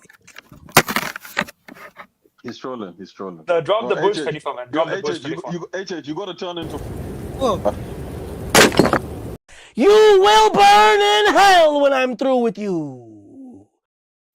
Bro, Rice is worse than me saying Hakimi should be top 5 African player. Come on, he's trolling. He's trolling. Yeah, Rice is another one, man. He has the 2 free kicks against Real Madrid. That stuff boosted his life. Shout out to Hamza. My idol Cristiano Narciso Ronaldo in an interview with esteemed journalist T.S. Morgan in 2019 said most Ballon d'Ors is the record he wants most. Yes, he did. Did he actually say this? Let's go now, though, man. What do you expect? Can I give no, but here's something. He's good now and everything. He's a narcissist. So this is narcissism tax. Messi isn't. Bro, Messi. I think Messi is just way too autistic to be that, bro. Like that's the thing. Bro, this guy. Okay. Wait. Hold on. Again, okay. This is the last thing I'll say again. Any autism jokes will give you a straight red. New rule right now. Why? Yes. Why? Because that's my new rule. I told you, I'm a dictator. My name is Hav Sasadam. Wait, Next thing AJ, is Joe I have gets a censored. question. I have a good question. So my thing. So hold up. My thing here is. I think that CPM is down. Somebody said Cristiano is a narcissist. Wait, So of wait, course, I let's say I the have a individual. quick question, Wait, hold up, Barry. You're listening to the comment to you thinking, Barry, what are you saying? Yeah, let me give you a You little fell time. off, man. You fell off. I'm disappointed. I know. Wait, So let me- the issue is that the issue Hold up, Barry. God damn, can you let people talk? Barry, go for it. Yeah, let me give you a timeline of this Criminaldo guy. So back in 2019, he said what he said, right? But then when a midget from Argentina won a couple Ballon d'Ors just after, this guy saying it's a fantasy. He said last week that Ballon d'Or is a fantasy, man. Get that guy, man. Cool, but he says, okay, so Ike, what's your question? I have two actually. So, Oh Lord. The first question is why that shirt makes you look like a Nigerian auntie. So why are you wearing that shirt? An auntie. Oh man, that's crazy. An auntie, Auntie is crazy. No, I swear. I have a. Yep, that's a warning. Nah, that's a warning. because. And this is why North Africans aren't real Africans. Damn. Damn. So you're saying? Nah. I was just saying that because there's a guy who was Nigerian who's like an intern at the same office, and I met his mom, and she was wearing a very similar shirt. Okay, what's your second question? Hold on. I don't know much about Nigeria. Okay. Is that woman's shirt? No, it's a male top. It's a male top. Okay, what's the second? Hold on. Okay, AK, what's the second question? That was more a statement than a. Yeah, AK. I know it was. Are we looking at consistency regardless of position, or positions matter? And consistency matters, right? Mm-hmm. Or you just look at consistency regardless of what position you play. So I say this in terms of Ballon d'Or voting. Yeah. So I talk in reality or what should be? Both. What should be is consistency regardless of which position you play. Reality is recency bias, big games. What stays in your mind? If you're saying consistency regardless of where you play, Pedri has a very good shot for the award, but 100%. I don't. But AK, that's not how it works. How it works is moments, PR, what sticks in your mind, narratives, agenda, boom, and agenda narrative, which is why Dembele should win. I can see those journalists just voting for Yamal based on PR. I mean, Yamal definitely deserves it, but also there is a bit of narrative there. I think. Like not just that, I think one of somebody else said it on the hangout. I don't remember who, but Lamine Yamal reminds the old heads how football, quote unquote, used to be. You know, I mean, when you have guys like Terry Flores, who represents the nation of every fucking anger. I swear, AK says this guy's name. AK, you know what? I'm gonna say Terry that's like there's a man from Marrakesh go on, who has beef with you, bro. I don't have beef with Terry. He seems like a very nice. No, Terry, no, he's a lovely guy. He's a great guy. He's a very amazing person. I'm not using him. This is not a slight against him. Even he's saying Yamal is the best player in the world. And you know how he thinks about players outside the Premier League. So, you know, that might be the biggest PR push. Hey, KJ, shush, man. So, shout out to Samridia. Hold up. Sorry, HH was a bit aggressive from my side. Yeah, calling me a bitch was harsh, bro. So, it's all good. And on cases. Wait, hold up. Dajo. If it was up to HH, he wouldn't let North Africans be nominated for African. That is true. Hold up. Is this why I've always, I think I remember the guy from 98 World Cup Morocco, I think El Hadji, who scored an amazing goal in a thingy. Yeah. Quality player that I've always rated. And I always remember him, but one of my favorite players in the 90s, 98 World Cup. AK, ask your dad about him, El Hadji, quality player with the ponytail. With the ponytail. Hold on. JC, Messi is the Bezos of football. Ain't pay no tax. Oh, Mustafa Hadji. Mustafa Hadji, yes. Okay. Yes. Great. Basically, I think his goal was goal of the tournament in World Cup 98, I believe. I have a question for you. How old were you? Who is a greater African player for you? Osimhen or Abu Trika? Oh, that's an easy Come answer. on, of course it's Abu Trika. That's What are the you talking easiest about? answer ever. Okay, what about Okocha and Osimhen? Abu? So Okocha and Abu Trika. Because Abu What's- Trika been playing, though. Okocha and Abu Trika. How about that? That's another Wait, easy hold it. Abu Greater Trika, or man. better? Well, Greater, in greater. both. Of course it's Yeah, Abu in both, Trika. Bro, even Demba Ba Oh, is better than no. Osimhen, bro. Okocha is of course he's the better player, football player. Demba Ba is better Abu than Abu Trika Trika is his greater. amazing technical player, bro.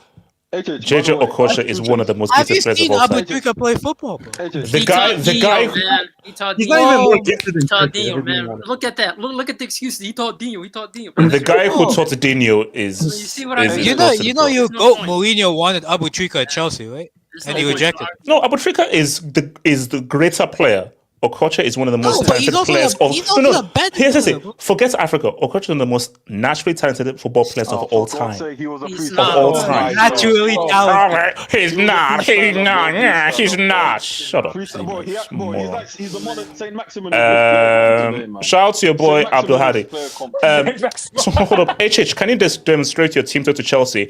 Let's win, lads. Let's win. Come on, lads. That's my team talk. That's my team Oh, talk. I thought it would include stuff like it and joy. Okay, so This Chelsea team is not in the 1970s, 80s. Like, if you look at most of them, man, this man ain't seen that. I'm sorry, man. Barry, Barry, that laugh was a bit suspicious. Hey, Barry. no, What was that no, laugh you about? know, you know what? You know Barry, what? wait, Barry. Whose side are you on? Whose side are you on? Hey, no. Because let me say something. Because normally, like when you have coaches nowadays, like it's a bunch of wines, so you got to talk about a bit of slang. Okay, you know what? Okay, that's all right. crazy. Okay, KJ. let's. So no. Okay, no. KJ, this is for you. So KJ, and now KJ. Same thing I said to Ricardo. So KJ, I want you to take off your PSG cap. All right, I'll try. Just take it off. Try. No. Just no. Take it off. He's And I want you to put on claiming your fake football and an analytical cap. Put your football analytical cap. Type shit. Where does this PSG treble team rank amongst all the treble winners? Okay, so who is the competition? Give me So 5 or 6. United 98-99, Inter 09-2010, Bayern 12-13, Barca 08-09, Barca 14-15, Bayern 19-20, City somehow 21-22. No, sorry, 22-23. So There's not a process on that. Yeah, we're talking about Celtic. Okay. All right. With all due respect, we are talking about in the Champions League era. So from '92. Oh, it counts, man. Come on. Oh, you can talk about guys from your own era too, man. Come on. Segregation era doesn't count. Just for the sense of this debate, please. Wow, should you be think more from familiar. next to You onwards. should be more familiar. From next to onwards. So KJ, from next to onwards, where does PSG rank? Yeah, just to sign up before I go on, you guys make sure you turn into football fans. Try Henry is cooking. I'm thinking right now, Thomas Frank. Anyways, HH, I think they're my guys, right? But the trouble is, first of all, they're definitely better than that bum ass 99 one. Sorry, I'm not even debating that with you, man. I'm not doing that. KJ, their path was very hard. No. I'm sorry. If you go, they won the league by like 1 point. They beat Arsenal at extra time, and Because they were in a difficult league, though. Yes. They were in a difficult all league. this. Is it mirrored with Mike Lowe?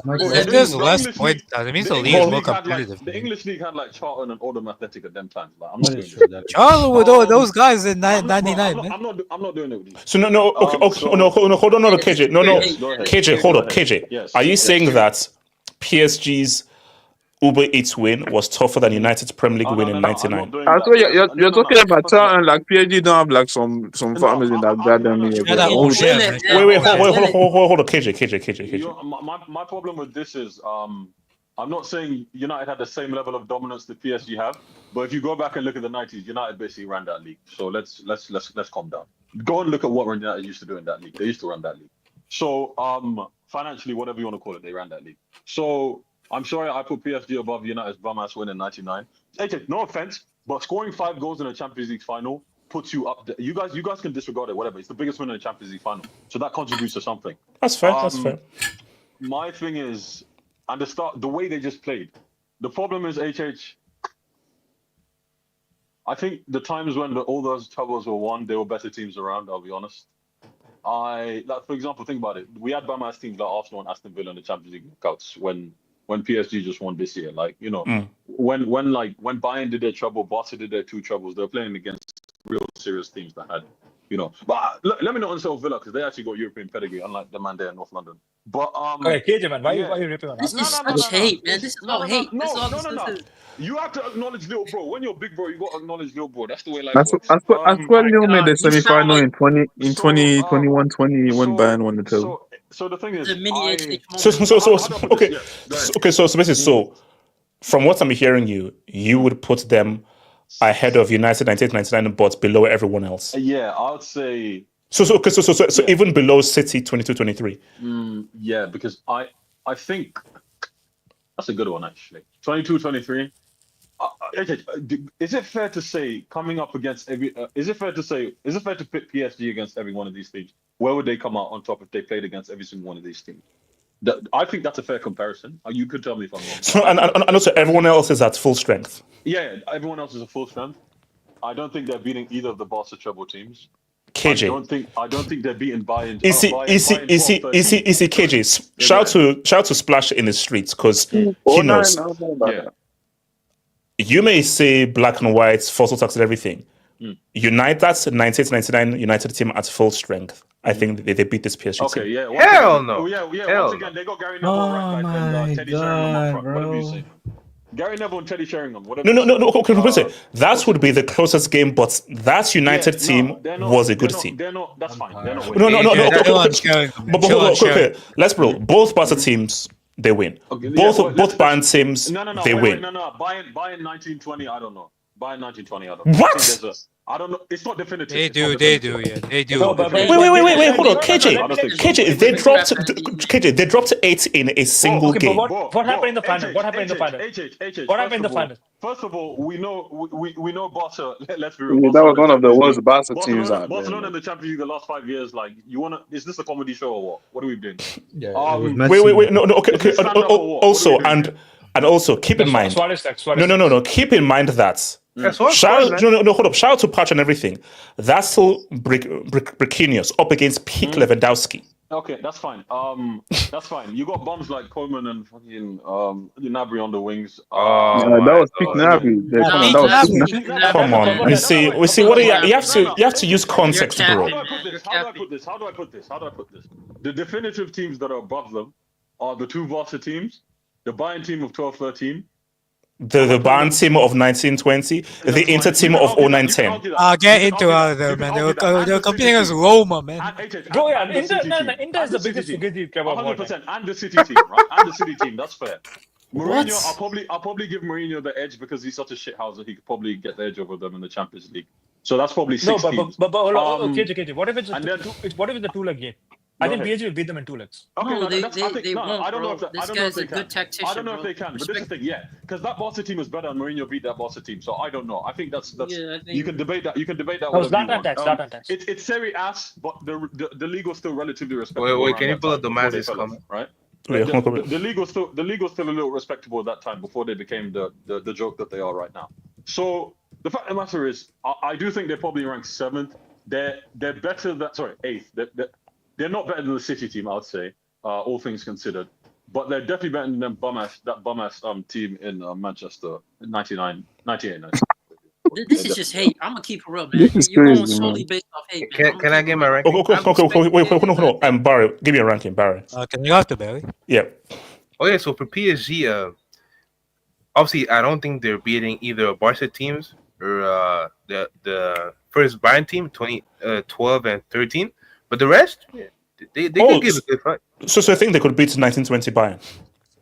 Yeah. It'll be close. It'll be good, but they could be 1999 United. Let's be honest, man. That's 26 years of evolution. Like, Barry,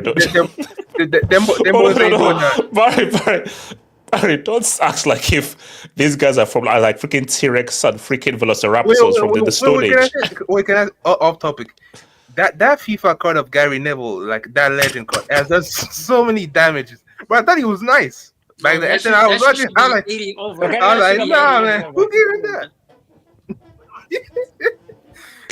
Because of stupid. But okay. So basically, you're saying that did they beat the Inter 2010 treble team? Oh yeah, sure. Easily.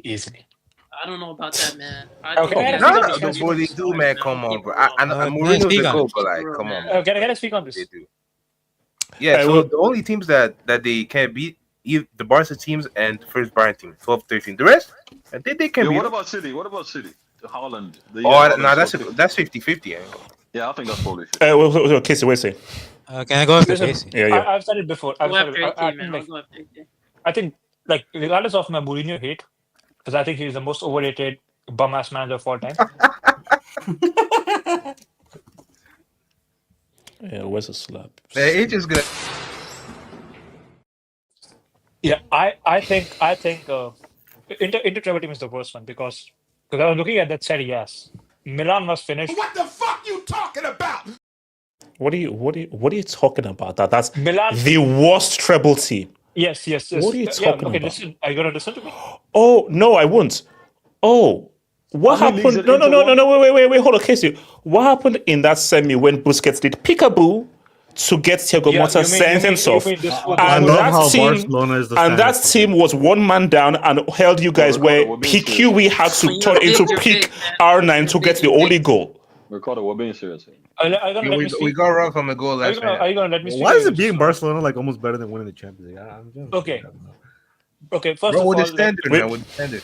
No, Casey. a treble consists of a league also. Maybe you don't Does it? understand that. Yeah, because you have never won like 2 major trophies in a season, so you don't know that. So when I look at that league, We literally just did that. KJ, don't be shameless.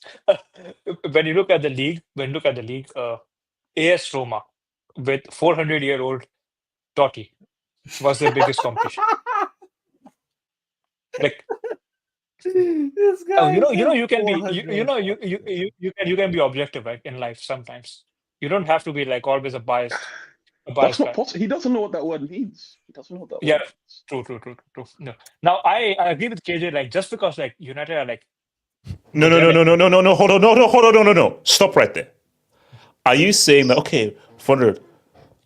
that's PSG's Uber Eats win was harder than Inter's Serie win? Is that what you're trying to tell me? the way PSG won? more No, like that. whoa, you don't get it. The way PSG won the Liga, and Inter won it on the last day. I think they won it by 2 or 1 point, if I remember correctly. They won it on the last day against PSG were almost going invincible in this league. No, because so what's your saying? So who finished second? Was it Monaco? Marseille, No. bro. Do you know anything? Marseille. bro? So Marseille. So I'm saying so you're saying that Marseille 2025 was a much better team than Roma 2010. No, we're worse. don't We're do that, worse. don't do No one that, said I don't do thought that. we had that conversation No, about that Roma team. because all I'm saying to you is, Casey, basically, you're just because haven't we all come to a consensus that that's a one-team league? The French league is a one-team league we only care about PSG based on what they do in the UCL because it's so easy for them in Uber Eats. No, but let me speak. Hold on, Casey. I'm never denying that that Roma team is better than the Marseille team. No doubt about that. Yeah. Correct.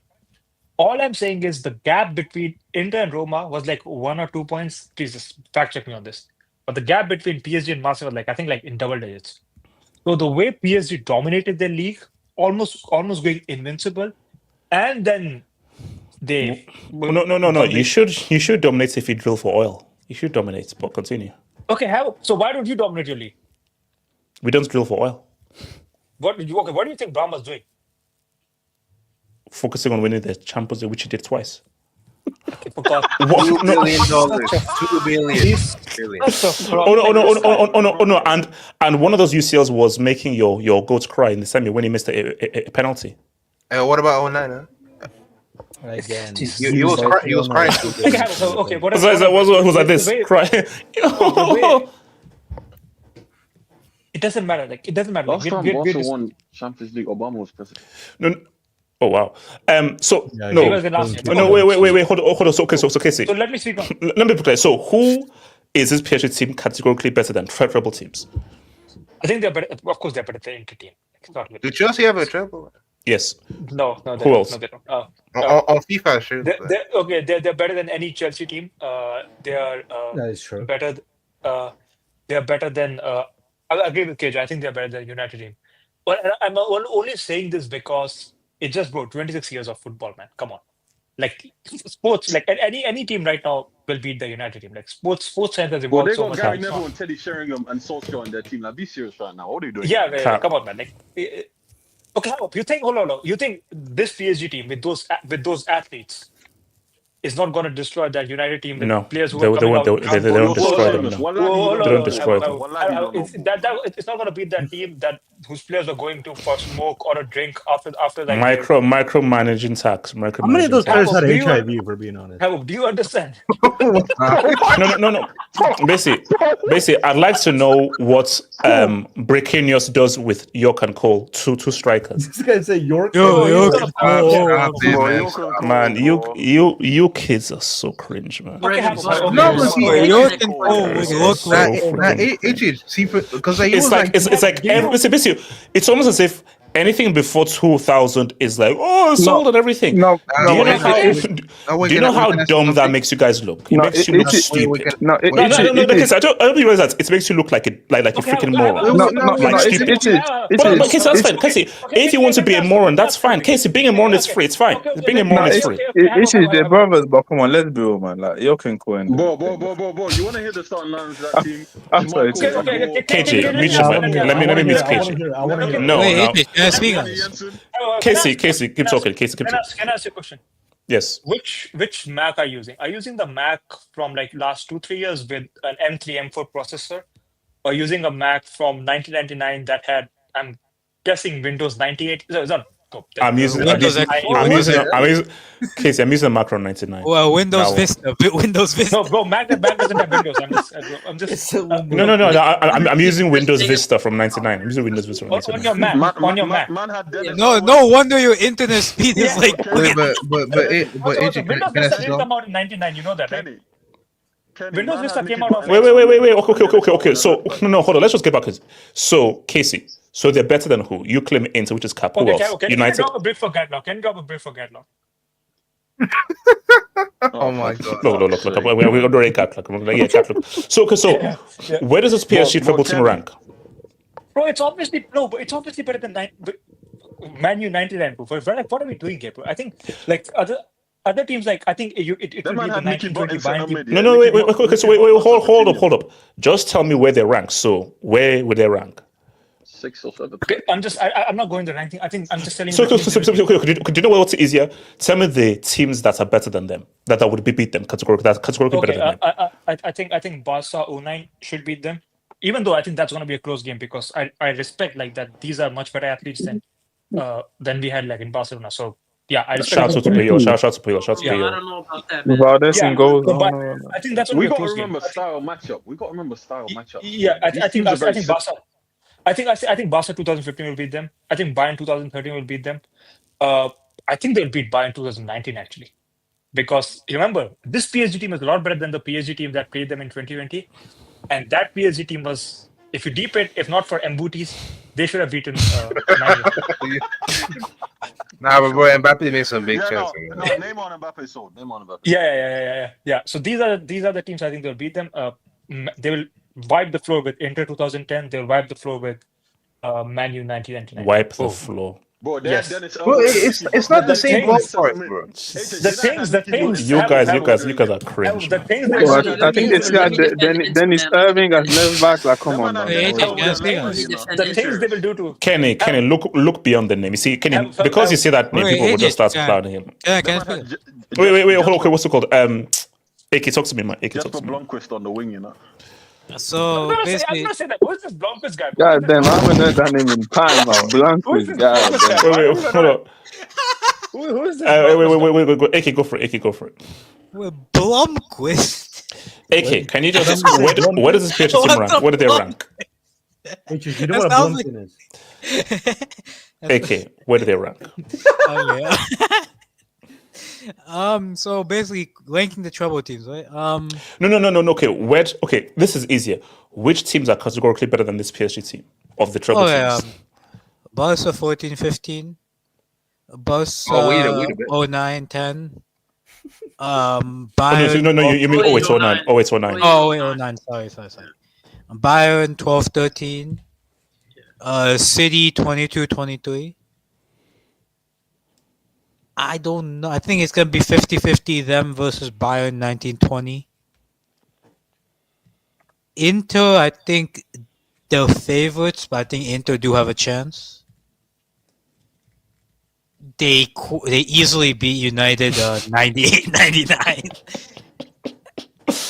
And am I missing any other teams? No. Those are all the teams. Those are all the teams. So I think, yeah. Okay. So the only team they said categorically is 98-99 United. Why are we forgetting Celtic in there? Bro, the Celtic 66, 67. KJ, you know. AK, that's not funny. AK, don't laugh. AK, don't laugh. Malcolm X was having a speech in the afternoon. AK, don't To laugh. be fair, if they play it based on 1960s rules and all the black people can play for PSG, we might have All right. Okay. All right. That's at least. First of all, that's a yellow for AK, and that's a yellow for KJ. KJ, as a black man to laugh like that, that's a yellow for you as well. Personally, as a black man, I wouldn't laugh. I would chuckle, but I wouldn't laugh. So, Ricardo, try and bring some balance here. All right. What's PSG team? Which teams are they? Which teams categorically beat them? You think Ricardo's not going to say words? Why do we keep talking about Porto? Bro, why y'all hating on me, bro? Y'all. Well, what's that quote? Porto didn't want to treble. When you know ball, life is easy. Oh yeah, Porto 04 won double, no? KJ, you know that you should actually trademark that quote, bro. Which one? Even if you don't actually live by that quote, it's still a good quote. Which quote? If you know, if you know ball, life is. Funny. It's so stupid because even if you don't ball, life will still be hard for you. But knowing ball doesn't make life easy. No, I have an idea. You should sell those. If you don't ball, life is easy. No one balls, nothing to pay the bills. That's why they try getting a job and say, "Hey, but I don't ball." So get out of here. Yeah, just put down your CV. That's all you need to put on the CV, man. But you don't say this, okay? What are your qualifications? I don't ball. Your competence, I know ball. No, you should sell those. You should sell these shirts though. Yeah, no, it's true. Yeah, no ball. So what's it called? Ricardo, go for it. Which teams are categorically better than this PSG team? Better. I'm gonna go both Barca. I would actually even say both Bayern Munich teams, just because I think the 1920 team, yeah, they had the physicality to overrun PSG, and I think that's one of PSG's biggest weaknesses. Out of peak level. Now, that defense was sketchy, but I think with the way that PSG play, I think that's high line that Flick had would actually be fine against PSG. I'm also looking at the midfield too, like. Bro, let's not forget that year Leon Goretzka was actually a fucking beast. Yes, can't forget that. And he was on drugs, but still. Yeah, but it doesn't matter. In the day, it wasn't caught. It wasn't caught, man. It wasn't caught. Yeah. So, but I'm even not. wasn't drugs. So. Out of those four, I would say even that Flick Bayern would probably be the one they can contend with, but I still give the edge to that Flick Bayern. The Man City one, I'm not gonna lie, I think the Man City one's actually better, but you have a 50-goal scorer, and that Rodri would be the best midfielder amongst both sides.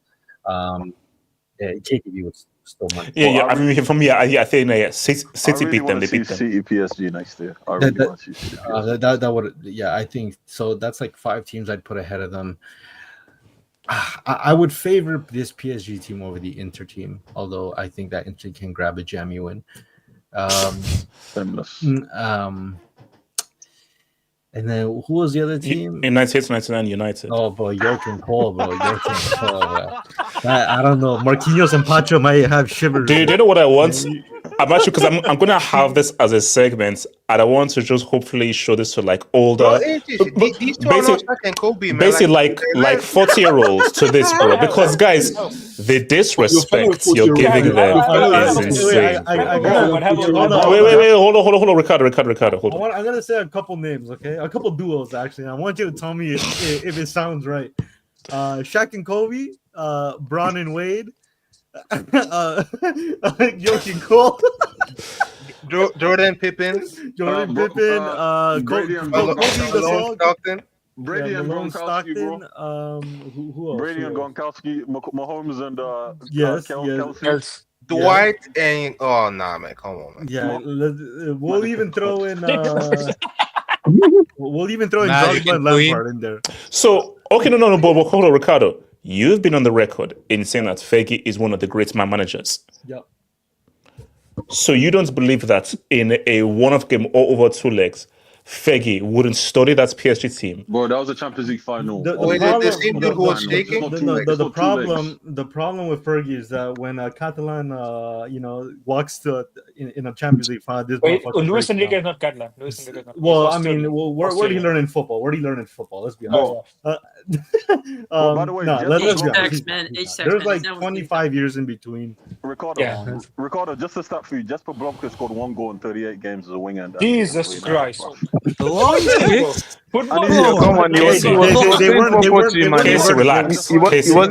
wasn't an inside forward. Come on, you know what it is, man. Whip it in, man. Whip it in time, man. Whip it in. Put it in the mixer, lad. Put it in the mixer, lad. You see, no. Again, Kenny, thank you for giving context. Because you guys are such stats veterans. You hear a winger in the 90s only scored 1 goal. I said, well, when you don't know what his role was. And Splash, thank you. He wasn't a starter. Can I give my opinion? Can I give my opinion? I thought it was Konchesky, right? It wasn't Konchesky. Zeman. No. Let me get into this. I feel like Inter are getting a little bit too much disrespect for my taste. Like as much as I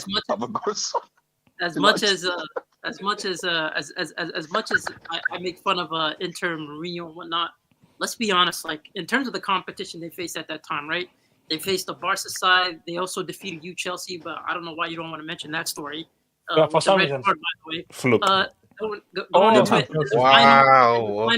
In the final, they did face against a Bayern side, which they weren't favorites by any stretch of the imagination. Everyone was saying Bayern was going to clear them out. No, Inter were the favorites.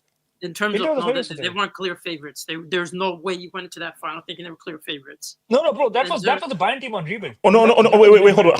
I said in the 2010 final. Yeah, 2010 final. Oh no! Inter were clear favorites. Inter were clear favorites. I don't know about that because the discussions leading up to it was Inter Milan barely scraped by, and can they really do it against this Bayern side? Inter, no.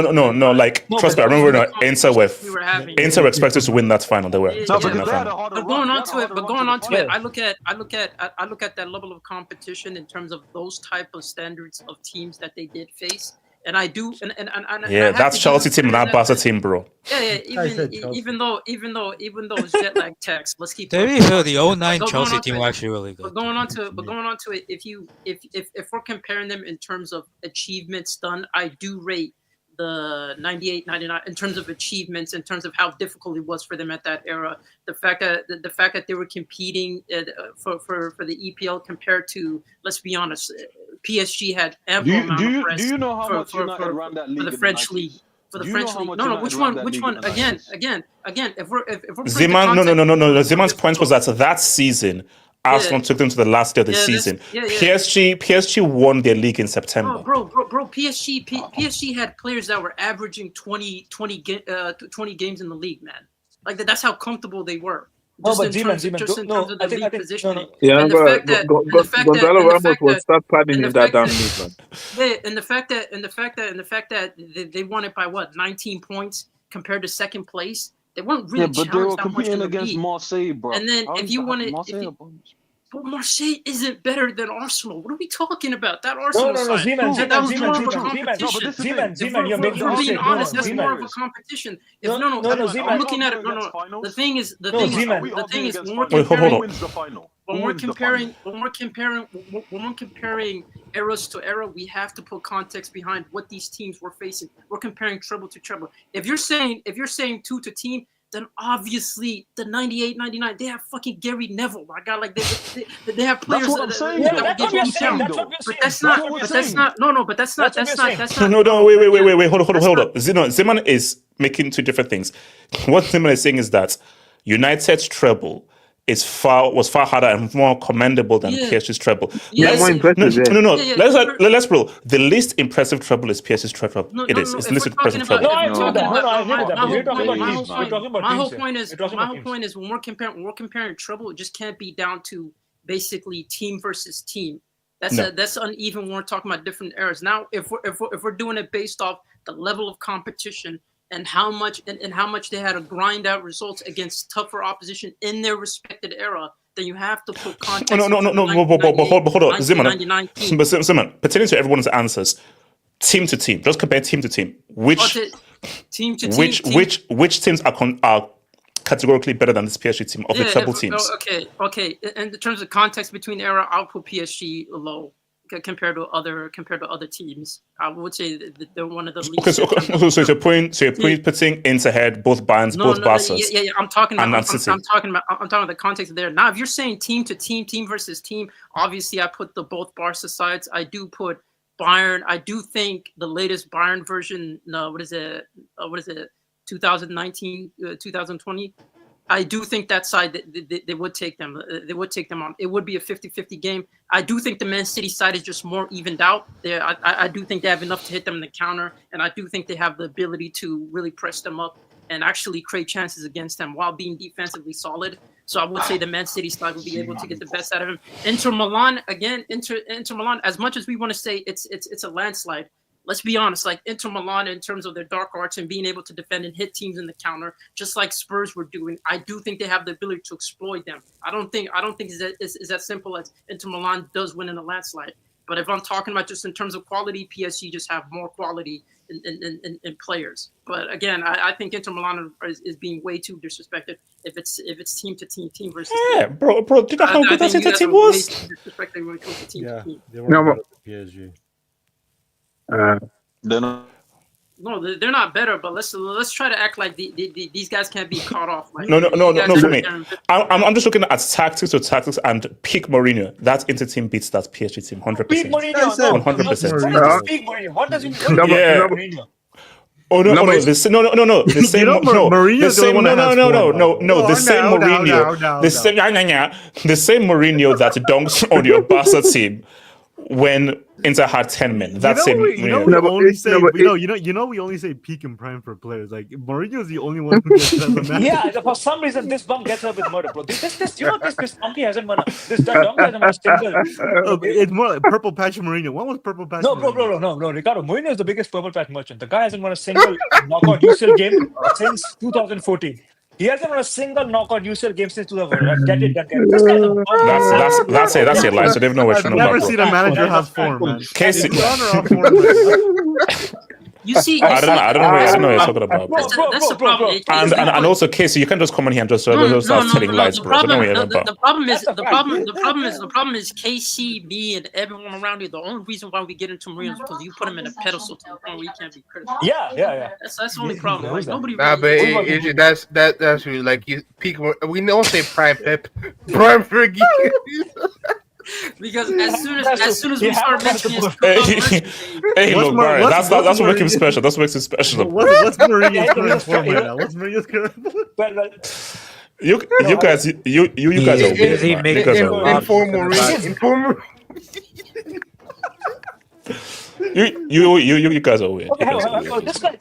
He wins 3 games in a row. He's in form. On his day merchant. He's an on his day merchant. No. Zima, 4 years ago, this bum lost to a. This bum lost to a. Hold on. This bum lost to a manager, a team whose manager was in jail. That's your lie. Yes, he was in jail. Yes, the manager was. That's your lie. No, Casey, you can keep speaking, but doesn't mean what you're saying is true. So. Casey, this guy had a whole. This guy's in his Alzheimer era. Casey, this guy had a whole stream for what is it? Google Hangout Cup, man. This guy was actually doing a whole stream talking about how does this shit. Oh my god, man. Bro, this guy lost to Mandi Liba, man. You know what a Mandi Liba is? I gotta say, so wait, hold on. HH Barca 09 will. I don't think so.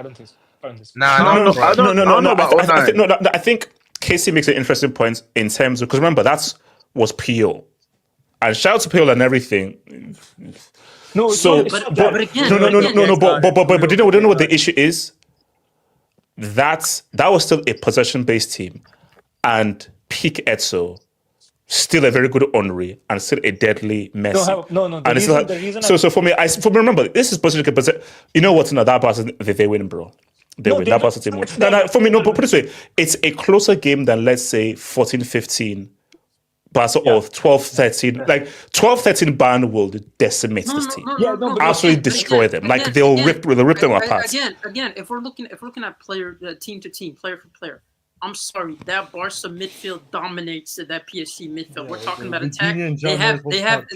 They have no answer for someone like Messi. Who do they have? You think these fullbacks are?